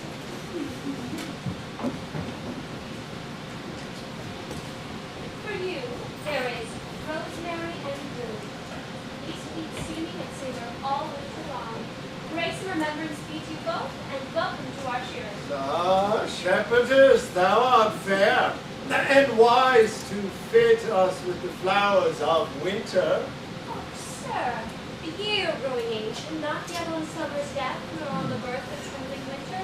The fairest flowers of the season are all carnations, and of that kind are rustic gardens barren, but first flowers for you, hot lavender, mint, savory, marjoram, the marigold that goes to bed with the sun, and with him rises Cupid. I believe that these are flowers of middle summer and are given to men of middle age. You're very welcome. I should leave grazing were I your flock, and only live by gazing. Oh, alas, you would be so lean that last of January would be through and through. And now, my fairest friend, I would I had some flowers in the spring to fit your time of day. And yours, Hang upon your virgin branches, yet your maidenhead's blooming, that I can make you garlands of, and to strew my sweet friend o'er and o'er. What, like a course? Oh, like a bend for love to lie a play on, not like a course. Or if not one to be buried, but quick, and in mine arms. Come, take your flowers. Methinks I play as I have seen them do in wits and passions. Should a stroke of mine just change my disposition? What you do, still better is what is done. When you speak sweet, have you do so ever. When you sing, I have you buy and sell so. So give alms, pray so. When you do dance, I wish you a wave of the sea, so that you might ever do nothing but that. Move still so, and know no other function. Each your doing so singular, each particular, crowns what you are doing in the present deed, that all your acts are queens. Oh, Doricles, the praises are too large. But that your youth and the true blood which keepeth fairly through it do give you out an unstained shepherd. Wisdom I might fear, my Doricles. You wooed me the false way. Fear there's little cause to fear, as I do purpose to put you to it. But come on, our dance, I pray. Your hand, my pretty. So turtle doves pair that never mean to part. I'll swear for it. This is the prettiest low-born lass that ever ran the green sward. Everything she does bespeaks of something greater, too noble for this place. He tells her something makes her blood look out. Ah, she is forsooth the queen of curds and cream. Come on, strike up. It belongs to be your mistress, Mary Garland, to bend her the same way. Now, in good time. Not a word, a word. We stand upon our manners. Come, strike up.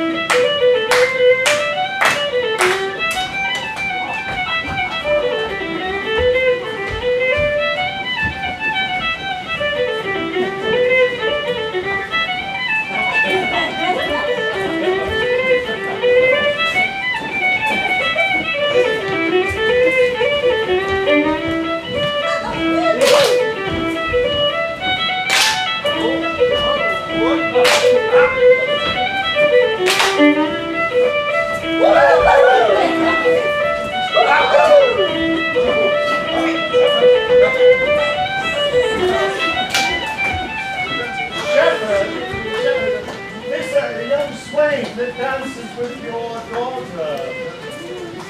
They call him Doricles, and boasts himself to have a worthy feeding. But I have it upon his own report, and I believe it. He looks like sooth. He says he loves my daughter. I think so too. Well, she dances feebly. So she does anything. Though I report that which she recites. If young Doricles do light upon her, she'll bring him that which he not dreams of.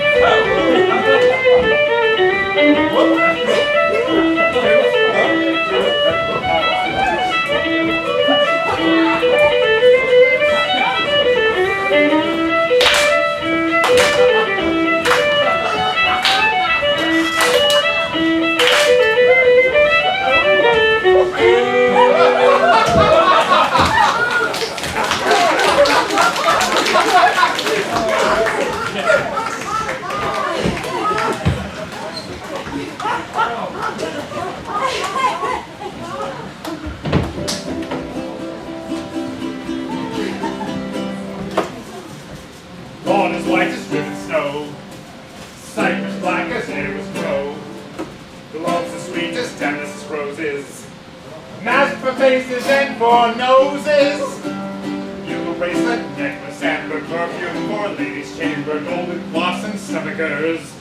For my lads to give their days, pins and poking sticks of steel.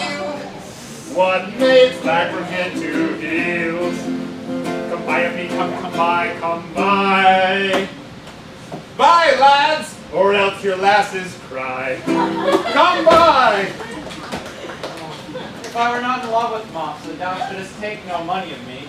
But being as enthralled as I am, it'll be the bondage of certain ribbons and gloves. I was promised them before the feast, but they come none too late now. He had promised you more than that, or there be liars. He had promised you all. He had paid you.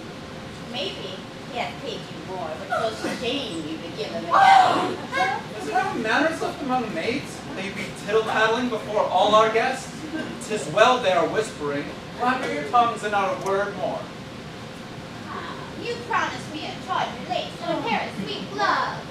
I not told thee I was cozened by the way and lost all my money?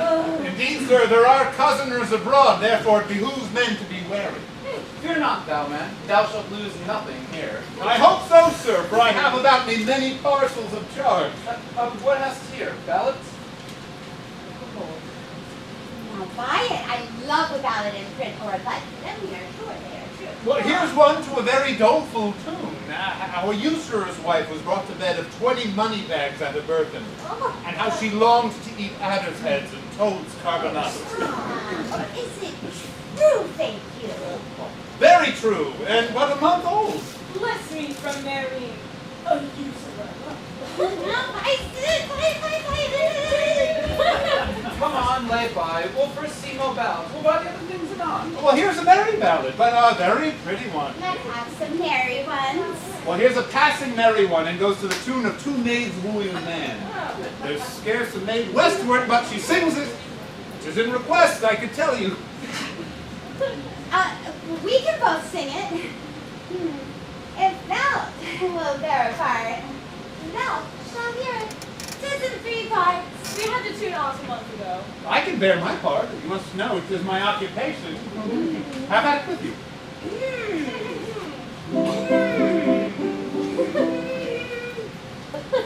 Get you hence, for I must go where it fits not to know.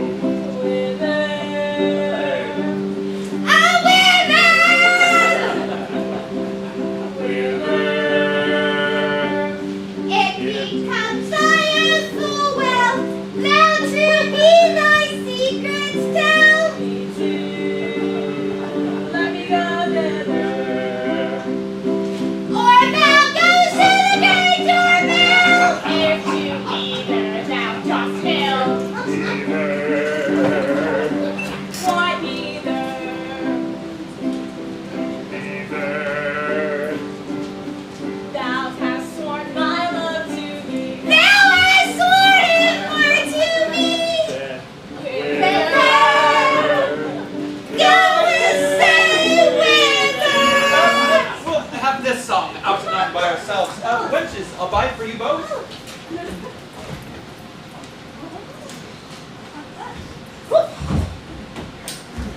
Peddler, let's have the first choice. Follow me, girls.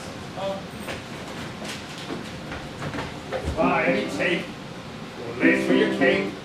My dainty duck, my dear, any silk, any thread, any toys for your head. Of the new and finest wearer, come to the peddler. Money is a peddler that doth utter all men's wearer. Is it not too late? It is time to part them. Young shepherd, prithee, suit.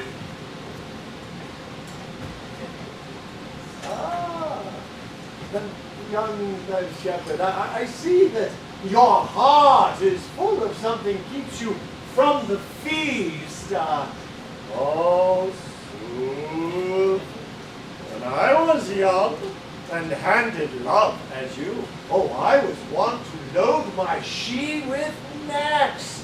I would have raided the peddler's silken treasury and heaped it upon approval.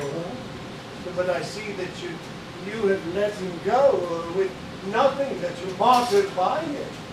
Old sir, I know she prizes not such trifles as these are. The gifts she looks from me are packed and locked up in my heart, which I have given already, but not delivered. Oh, hear me breathe my life before this ancient sir. Sometimes, love, take thy hand, this hand, the softest dove down in its white facet, or the fan snow that's bolted by the northern blast twice off. You see what goes before, how he washes the hand, 'tis already fair. Oh, but I don't put you out. Of this proclamation, tell us, what do you proclaim? Do. Be witness to it. And my neighbor, too? And he, and more than he, and men, the earth, the heavens, and all. That were I crowned the most imperial monarch, thereof most worthy, why the fairest youth that ever made I swerve, and force and knowledge, more than ever man's, could not prize them without her love. Well decreed. Yeah, sound affection. But my daughter, sing the like to him. I couldn't speak so well, no. Nor mean better. By the pattern of mine own thought, I cut out the purity of this. Take hands! A bargain! And friends unknown, you shall bear witness to it. I give my daughter to him, and will make her portion equal his. 'Tis a must, by the virtue of your daughter. One being dead, I shall have more than you can dream of yet. Enough then for your wonder, but come on, contract us for these witnesses. All right, come. Your hand, daughter. Prithee, young shepherd, prithee, for a moment. Tell me, have you a father? I have, but what of him? Know he of this? He neither does nor shall. Oh, I think a father at the nuptial of his son is best that fits the table. Oh,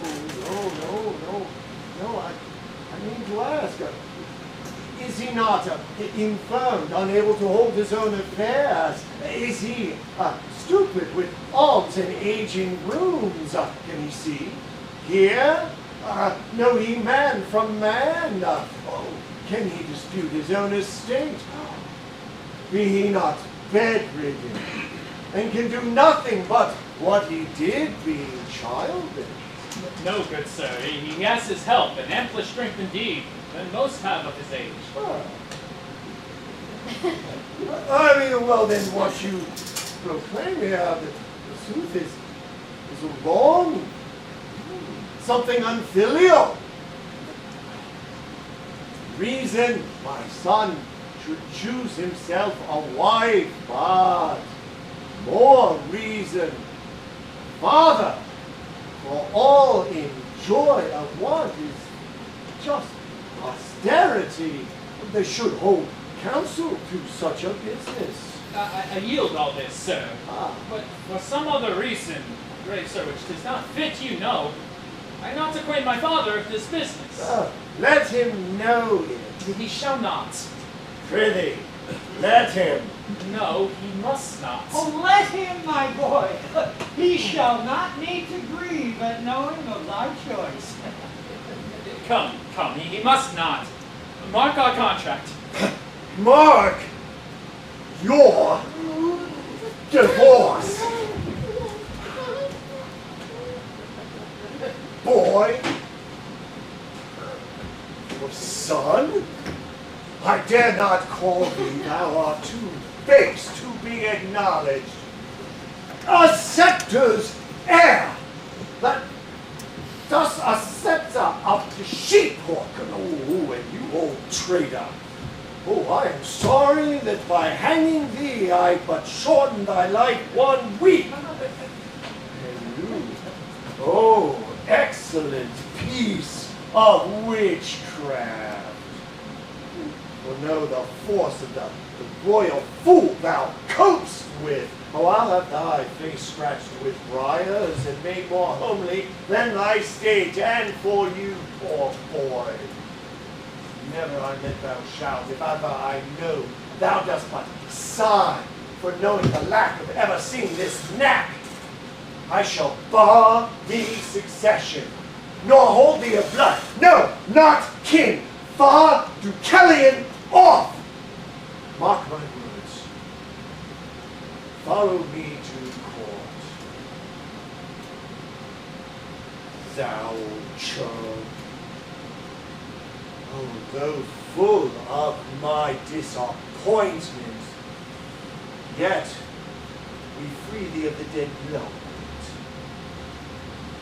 Enchantress, if ever hence these rural latches to his entrance open, or hoop his body with thy embrace, I will devise a death more cruel to thee than thou art tender to.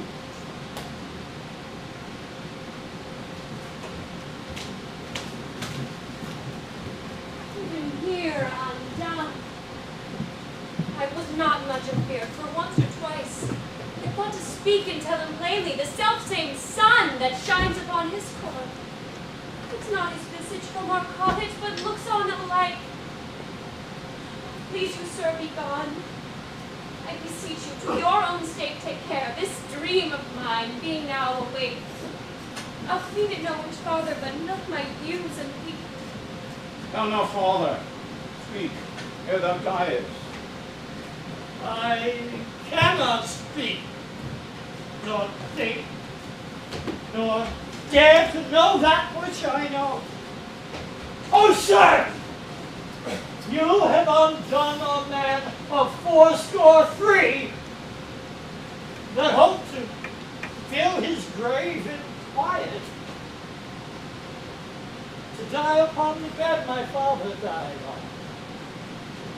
Yea, to lie close by his honest bones. But now some hangman must put on my shroud and lay me where no priest shovels in dust. Oh, cursed wretch, that knewest this was the prince, and wouldst adventure to mingle fate with him. Undone. I am undone.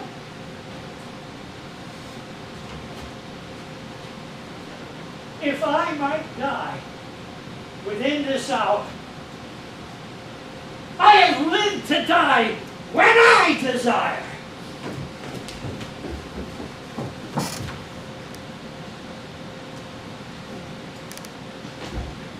Why look you so upon me?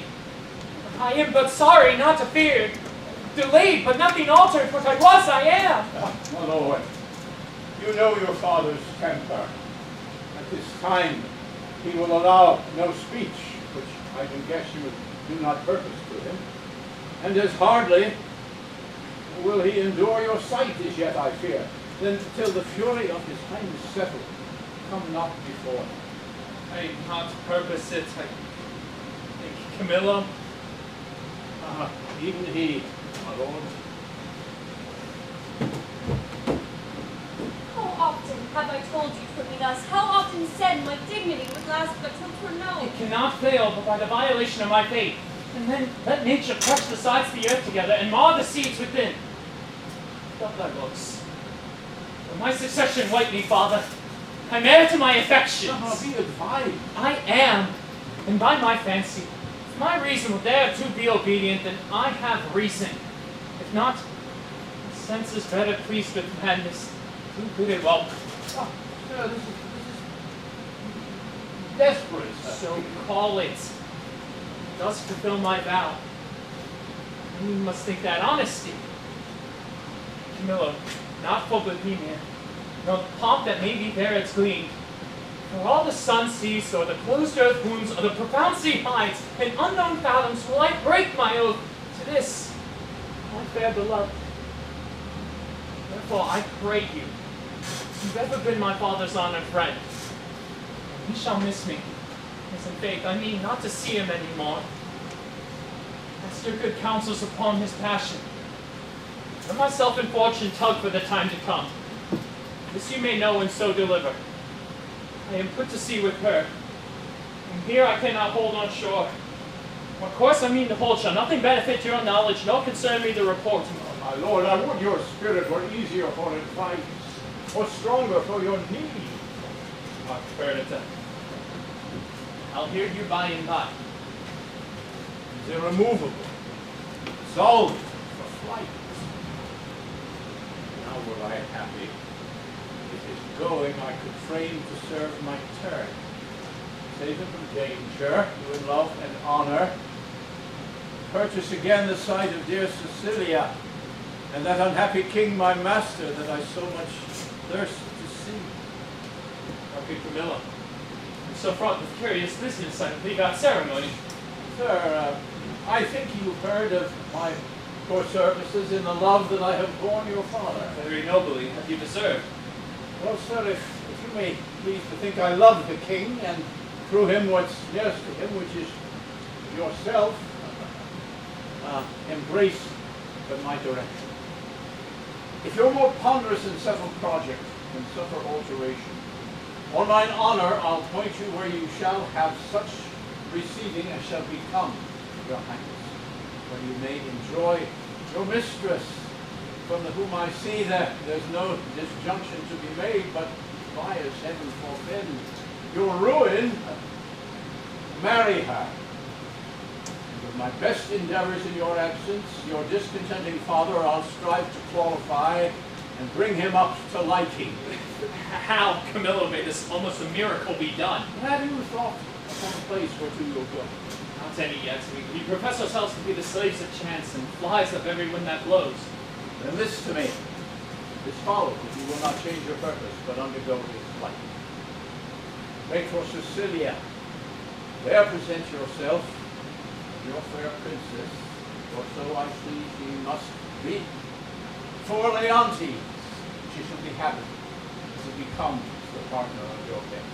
Methinks I see Leontes, opening his free arms, and weeping his welcomes forth, asks of thee, the son, forgiveness, and, as it were, in the father's person, kisses the hands of your French princess. Worthy Camillo, what color for my visitation shall I hold up before him? Sent by the king your father to greet him and give him comfort, sir. The manner of your bearing towards him, with what you as from your father shall deliver, things known betwixt us three, I write you down, the which shall point you forth at every sitting what you must say, that he shall not perceive, but that you have your father's bosom there, and speak his very heart. I fancy you. There's some sap in this. A wiser cause than a wild dedication of yourselves to unpathed waters, undreamed shores, most certain to miseries enough, no hope to help you. Prosperity is the very bond of love, whose fresh complexion and whose heart together affliction alters. I think one of these is true. Affliction may subdue the chief head, not taking the mind. Oh, so you say. Well, 'tis pity. I cannot say 'tis pity she lacks instruction, for she seems a mistress to most that teach. Your pardon, sir, for this unblushing once. My prettiest Perdita, though the thorns we stand upon. Camillo, preserver of my father, now of me, the medicine of our house. How shall we do? We are not furnished like Bohemia's son, nor will appear so in Sicilia. My lord, fear none of this. I think you know my fortunes do all lie there. It shall be so my care to have you royally appointed, sir, as if the scene you play were mine. For instance, that you may know you shall not lack. A word. What a fool honesty is, and trust his sworn brother. A very simple gentleman. I have sold all my trumpery. They throng who should buy first, as if my trinkets had been hallowed and brought benediction upon the buyer. By which means, I saw whose purse was best in picture, and what I saw, to my good use, I remembered, so that in this time of lethargy, I picked and cut most of their festival purses. And had not the old man come in with a hubbub against his daughter and the king's son, and scared my chops from the chaff, I had not left a purse alive in the whole army. Nay, but my letters, being there so soon as you arrive by this means, shall clear that doubt. And those you'll procure from King Leontes. Shall satisfy your father. Happy be you, all that you speak shows fair. Who have we here? We make an instrument of this. Oh, make nothing that may give us aid. They have overheard me now, I hang you. How now, good fellow? Thinkest thou so? Fear not, man. Here's no harm intended to thee. I am a poor fellow, sir. Well, be so still. There's nobody will steal that from thee. But for the outside of thy poverty, we must make an exchange. Therefore, discase thee instantly. I must think there's a necessity in it, and change garments with this gentleman. Here's booty. I am a poor fellow, sir. I know you will enough. Prithee, dispatch. The gentleman is half laid already. Are you in earnest, sir? I smell the trick on it. Dispatch, I prithee. I have indeed had earnest, but I cannot with conscience take it. Unbuckle, unbuckle. Fortunate mistress, let my prophecy come home to you. Take your sweetheart's hat and put it over your brows, muffle your face, dismantle you, and as you can, dislighted the truth of your own seeming, that you may, for I do fear, I or get to shipboard undescribed. You see the place where lies and I must bear apart? No, have you done there? Should I now meet my father, he would not call me son. They shall have no hat. No lady. Come. Farewell, my friend. Adieu, sir. What I do next shall be to tell the king of his escape and whither they are bound. Wherein my hope shall be that I shall so prevail to force him after, in whose company I shall review Sicilia.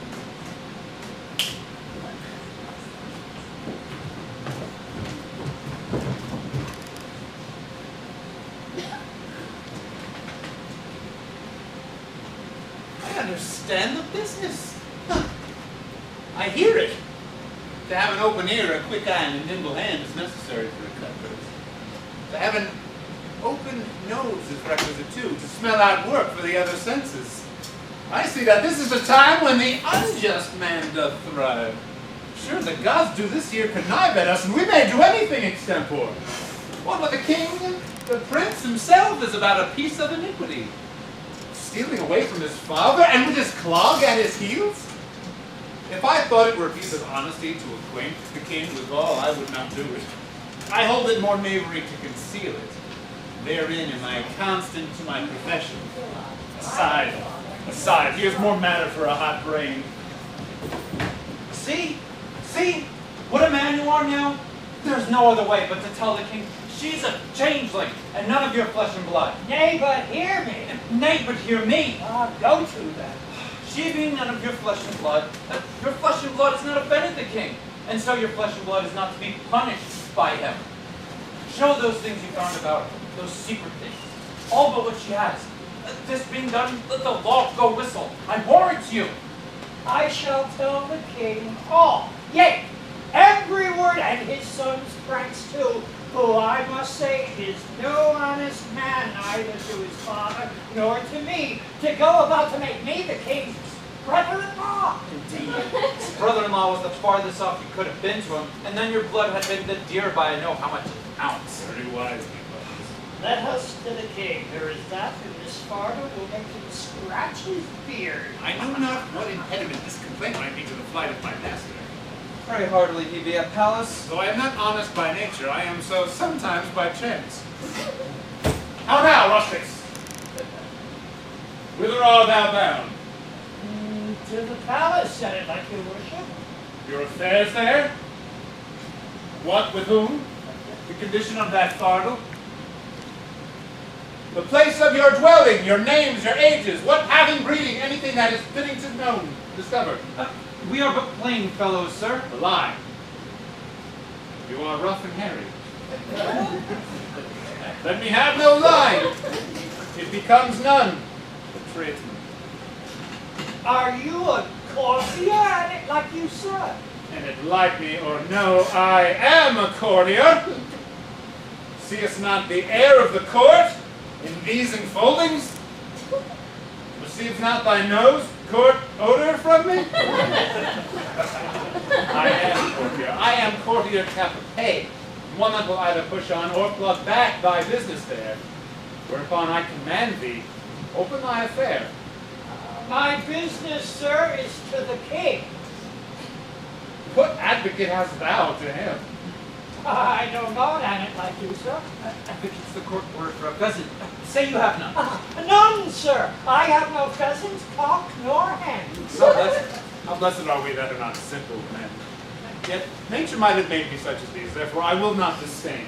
The fardel, there, wherefore the fardel? What's in the bundle? Sir, there lies in this fardel such secrets which only the king must know, and he shall know within this hour, if I may be brought to the sight of it. Age, thou hast lost thy labor.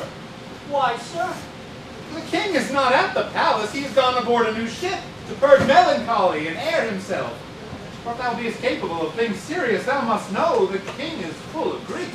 Oh, so 'tis said, sir, about his son, who should have married a shepherd's daughter. Oh, that shepherd be not in hand fast, let him fly. Oh, the curses he shall have, the tortures he shall feel, break the backs of men, the heart of monster. Think you so, sir?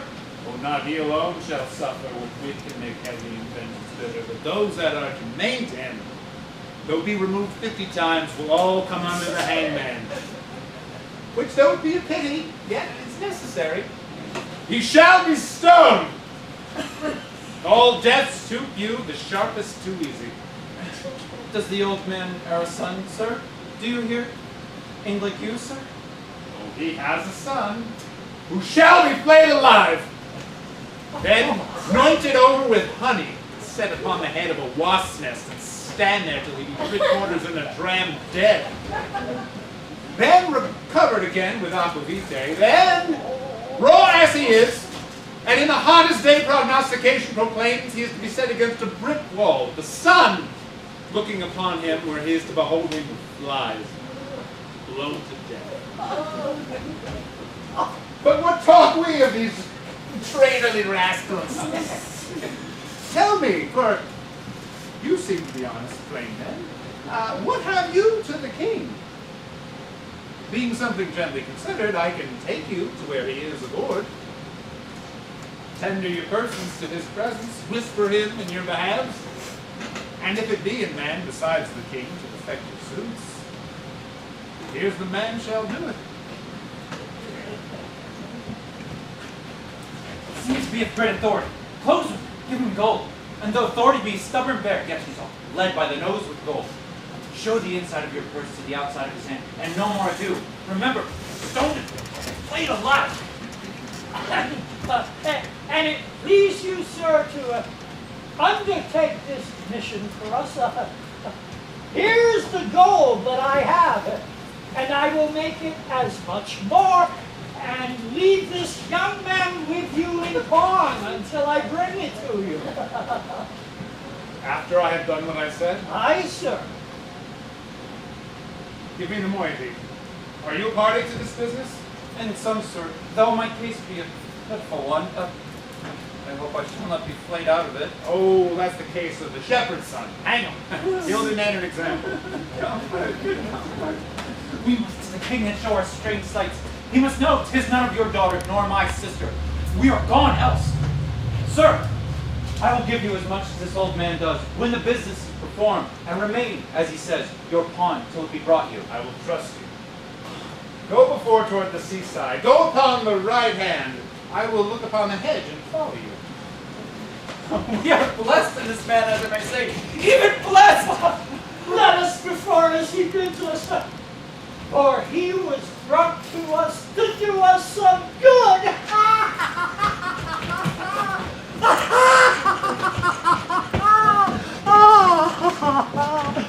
I am mine, to be honest. I see fortune would not suffer. She drops booties in my mouth. I am now courted with a double occasion. Gold, and a means by which to do the prince my master good, which, who knows how that might turn back to my advancement. I'll bring these two moles, these blind ones, to him. It may be matter in it.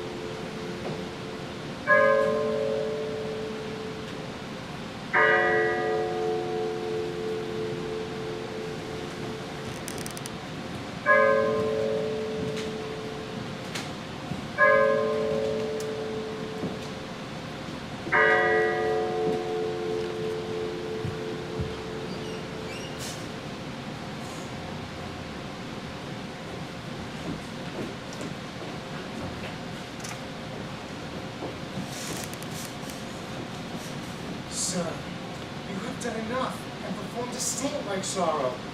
No fault could you make which you've not redeemed. Indeed, lay down more penitence than done trespass.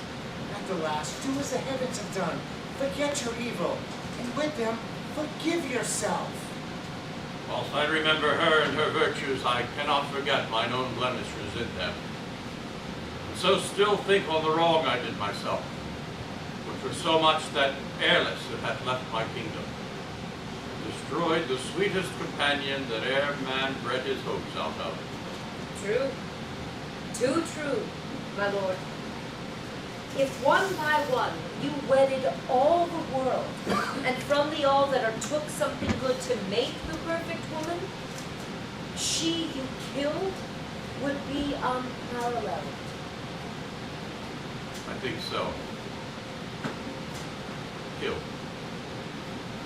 She I killed. I did so, but thou strikes me sorely to say so. Good. Now say so, but seldom. Not at all. Good lady, you might have spoken 1,000 things that would have done the time more benefit and graced your kindness better. You are one of those would have me wed again. If you had not so, you pity not the state, nor the remembrance of his most sovereign name, considerably to what dangers by the highness's fail of issue may drop upon his kingdom. What holier then, for royalty's repair, for present comfort and for future good, than to bless the bed of majesty again with the sweet fellowship? There is none worthy, respecting her that's gone. Besides, the gods will have fulfilled their secret purpose, for has not the divine Apollo said, is it not the tenor of his oracle, that King Leontes shall not have an heir until the lost child be found. Which that it shall is all as monstrous to our human reason as my Antigonus. To break his grave and come again to me, who on my life did perish with the infant. 'Tis your counsel, my lord, should to the heavens be contrary, oppose against their wills. Care not for issue, my lord, the crown will have an heir. Great Alexander left his to the worthiest, so his successor was like to be the best. Good Paulina, perhaps the memory of Hermione I know in honor. Would that I ever had squared me to thy counsel. And then, even now, might I have looked upon my queen's full eyes, taken treasure from her lips, And left them more rich for what they yielded. Thus speaks truth. No more such wives, and therefore no wife. Fear thou no wife, I'll have no wife, Paulina. Will you swear never to marry but by my free leave? Never, Paulina, so be blessed, my spirit. Then, good my lords, bear witness to his oath. You tempt him Unless overmuch. another as like Hermione as her picture of Good Rose's man, eye no. I have done. But if my lord will marry again, if you will, sir, no remedy but you will, give me the office to choose you a queen. She shall not be so young as was your former, but she shall be such as walked your first queen's ghost, it should take joy to see her in your arms. But true, Paulina, we shall not marry until thou bidst us. Well, that shall be when your first queen is again in breath, and never till then.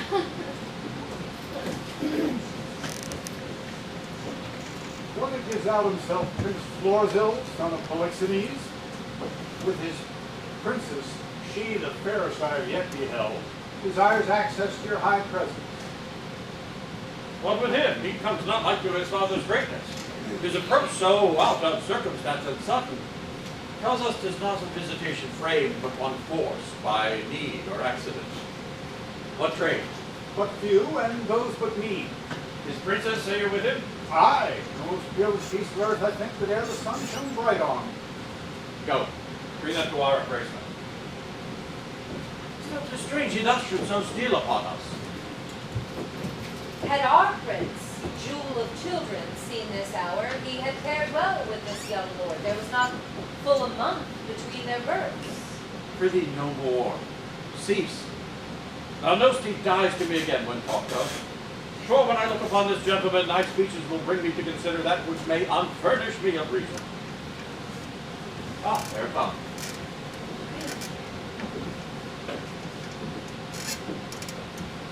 Thy mother was most true to wedlock, Prince, for she did print your royal father off conceiving you. Welcome hither. And you, fair princess. Gods. Oh, I lost a couple that twixt heaven and earth might thus have stood, begetting wonder as you, gracious couple, do. And then I lost, oh, through mine own folly, the society, the amity of your brave father, whom, though very brief, I desire my life once more to look on him. By his command have I here touched in Sicilia. From him we give all greetings that a king, a friend, can send a brother whom he loves. He bade me say so more than all the scepters, those that bear him living. So welcome hither. May the blessed gods purge all infection from our air whilst you abide here. You have a holy father, a gracious gentleman, against whose person so sacred as it is I have sinned, at which the heavens, taking angry note, have left me issuers, and him blessed, as he from heaven merits it with you, most worthy his goodness. Oh, what might I have been, might I, a son and daughter, now looked on such goodly things as you? Wheel away!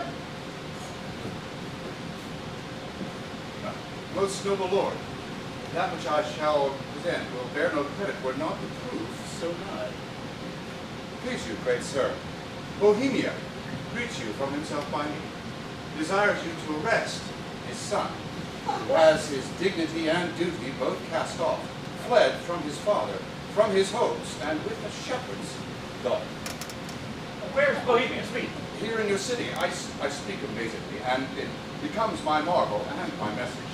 To your court, whilst he was hastening, in the chase it seems of this fair couple, meets he on the way the father of this seeming lady and her brother, having both their country quitted with this young prince.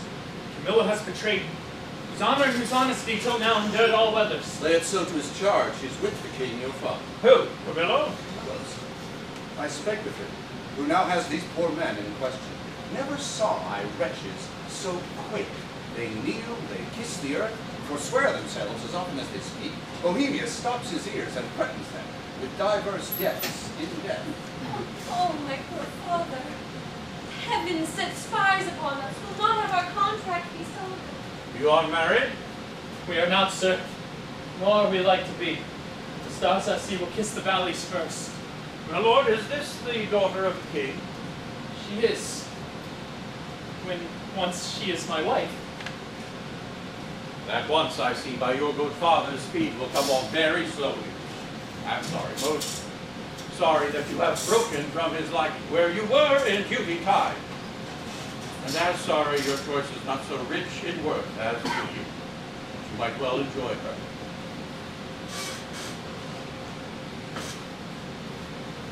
Here, look up. With fortune, visible and enemy, should chase us with my father. Power no jot hath she to change our loves. I beseech you, sir, remember, since you owe no more to time than I do now, thoughts of such affection, step forth my advocate. At your request, my father would grant such precious things as trifles. I will unto your father. Your honor is not all thrown by your desires. I am friend to them and you. Upon which errand I will now go towards you. Therefore, follow me and mark what way I may. Come, good my lord.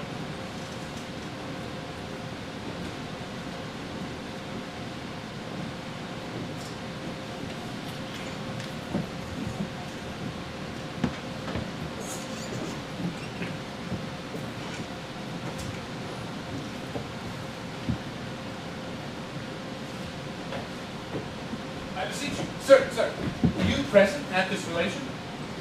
I was by at the opening of the fardel, heard the old shepherd deliver the manner by how he found it, whereupon, after a little amazedness, we were commanded out of the chamber.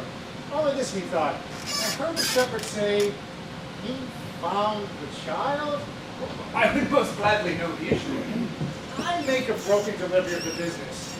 Yet the changes I perceived in the king and Camillo were very notes of admiration.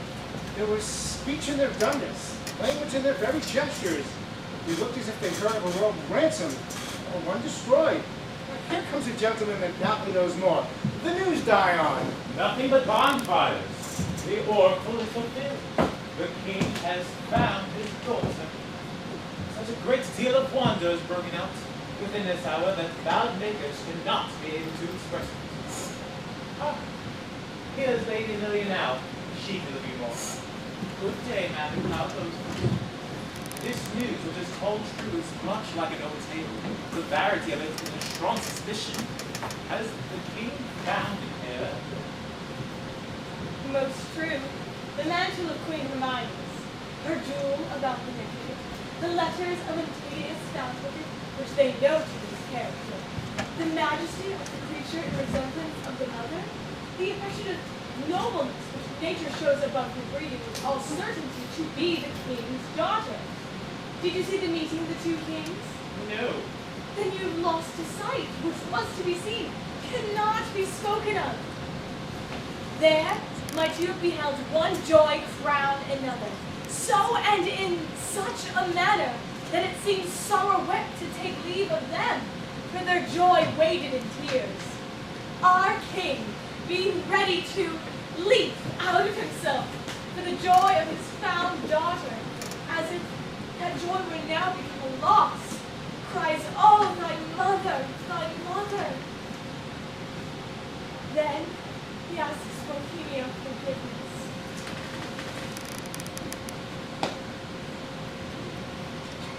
Then he embraces his dear son-in-law. Then, daughter living there. Now he thanks the old shepherd, which stands by like a weather-bitten counter in many praise. I have never heard of such another encounter, which lames report to follow it, and undoes description to do it. And what, pray you, became of Antigonus that didst carry the child? Like an old tale still, which will have matter to rehearse, though credit be asleep and not an ear open. He was torn to pieces with a bear.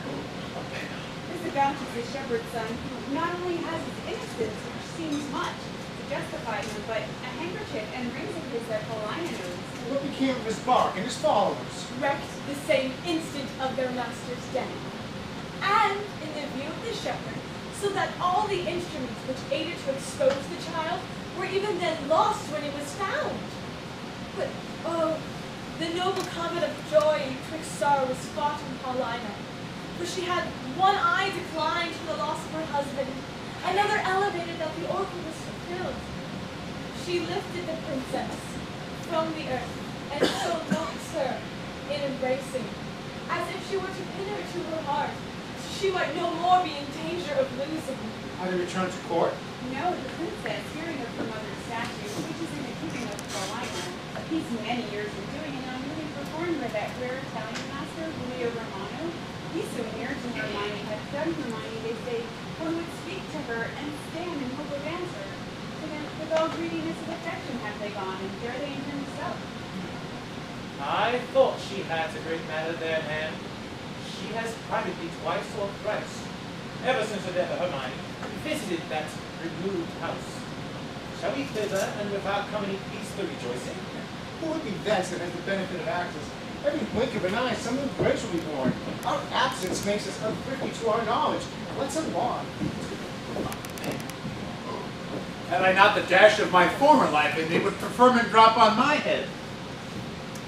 I brought the old man and his son aboard the Prince. Told them I had heard of the fardel, and I know not what.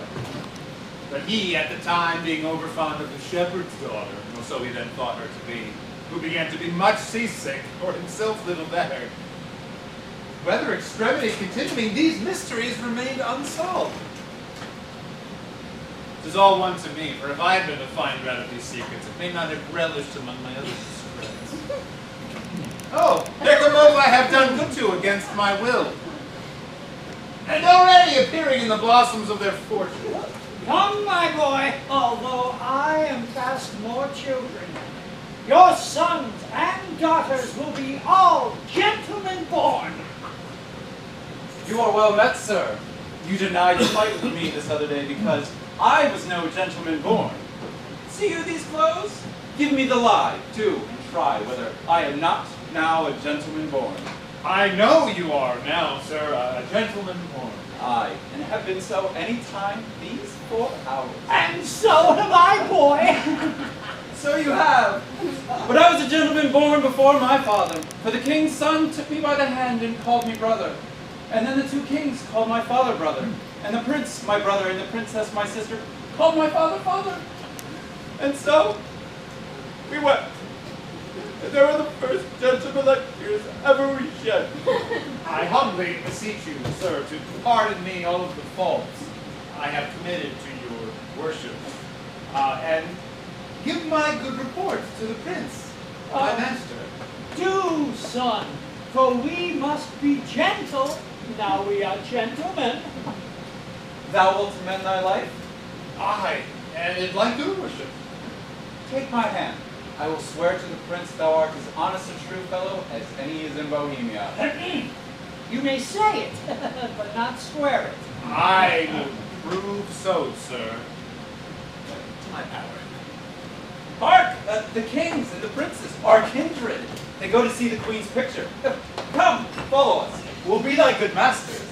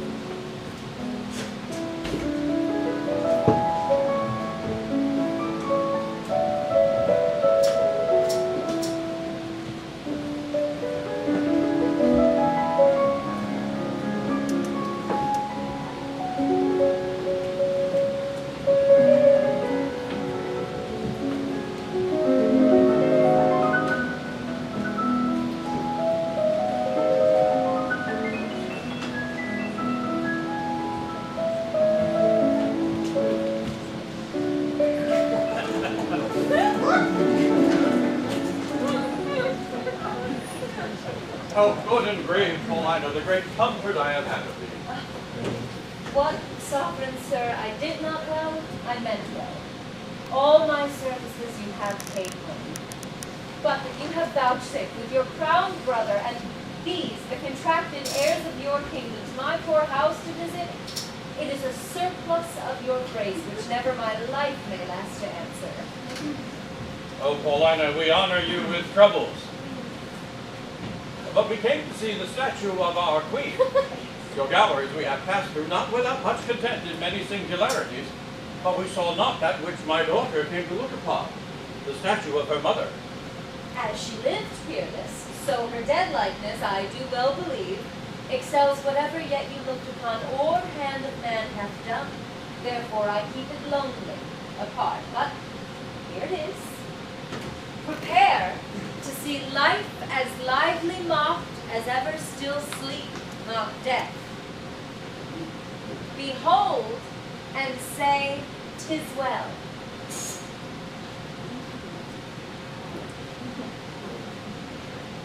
I like your silence.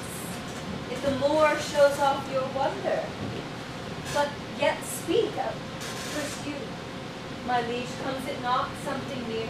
Her natural posture. Oh, chide me, dear Snow, that I might say thou art indeed Hermione. Or rather, thou art she, and thy not chiding, for she was ever tender as infancy and grace. But yet, Paulina, Hermione was nothing so aged as this does seem. But not so much. So much more our carver's excellence that lets go by some 16 years and makes her as she lived now.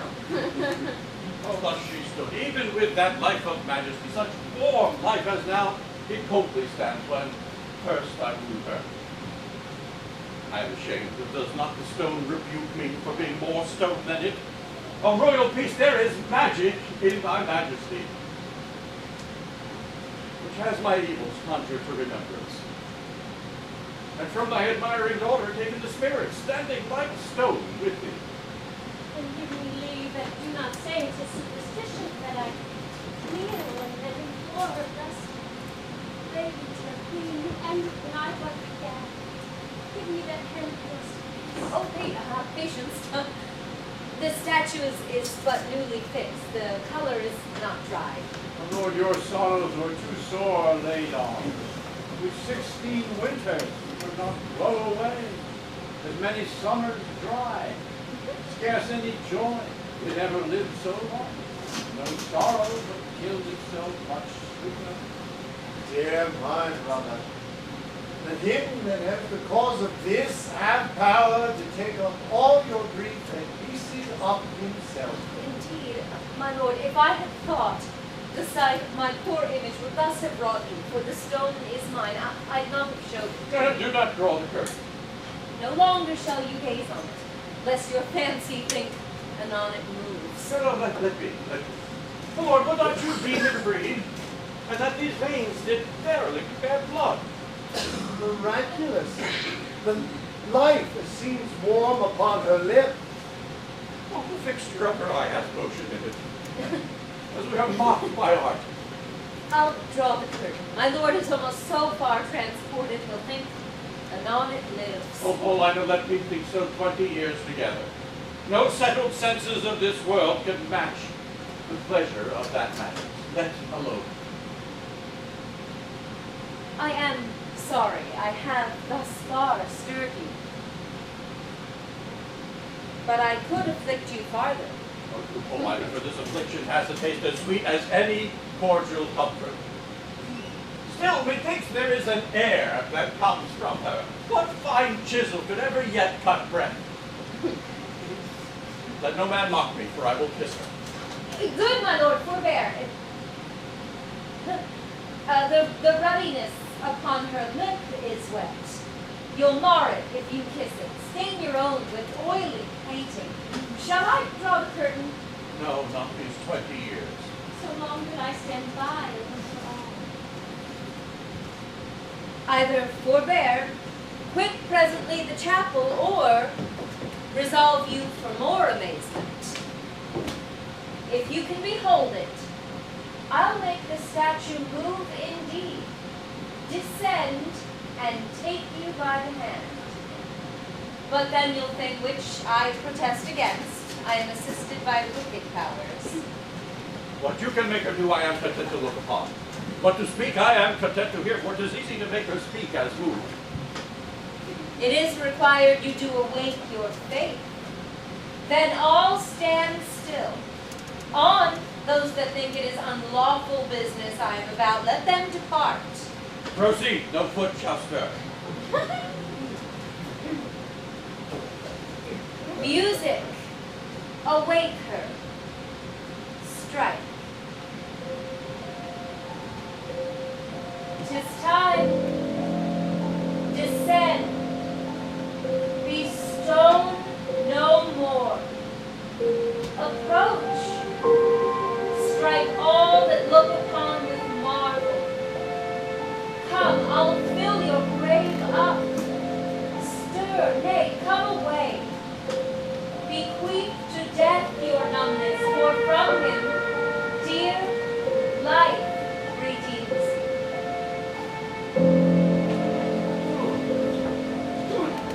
You perceive, she stirs. Start not, her action shall be as holy as my spell is lawful. Do not shun her until you see her die again, for then you kill her double. Nay, present your hand. When she was young, you wooed her. Now in age is she become the suitor.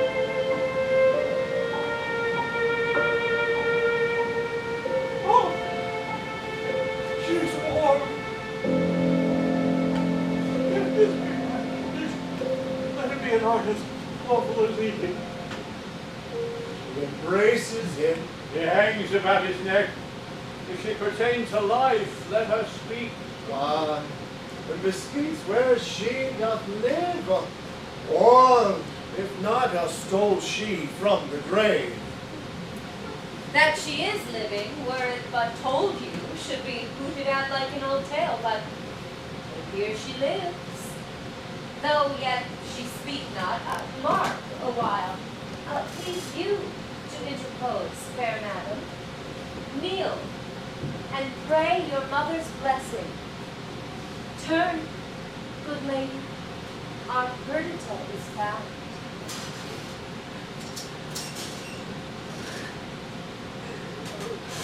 You gods, look down, and from your sacred vials pour your graces upon my daughter's head. Tell me, mine own, where hast thou been preserved? Where lived? How found thy father's court? But thou shalt hear that I, knowing by Paulina that the oracle gave hope thou wast in being, have preserved myself to see the issue.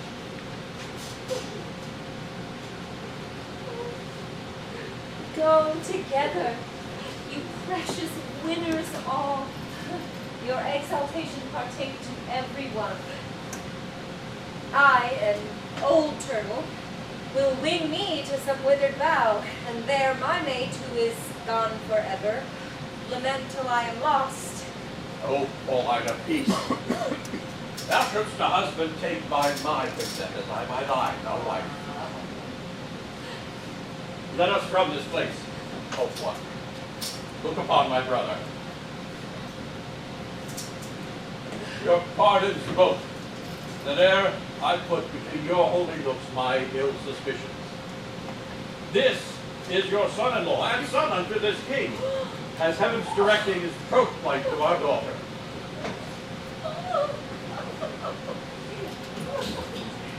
Let us from hence, for we may leisurely each one demand an answer to his part performed in this wide gap of time, since first we were dissevered. Hastily away.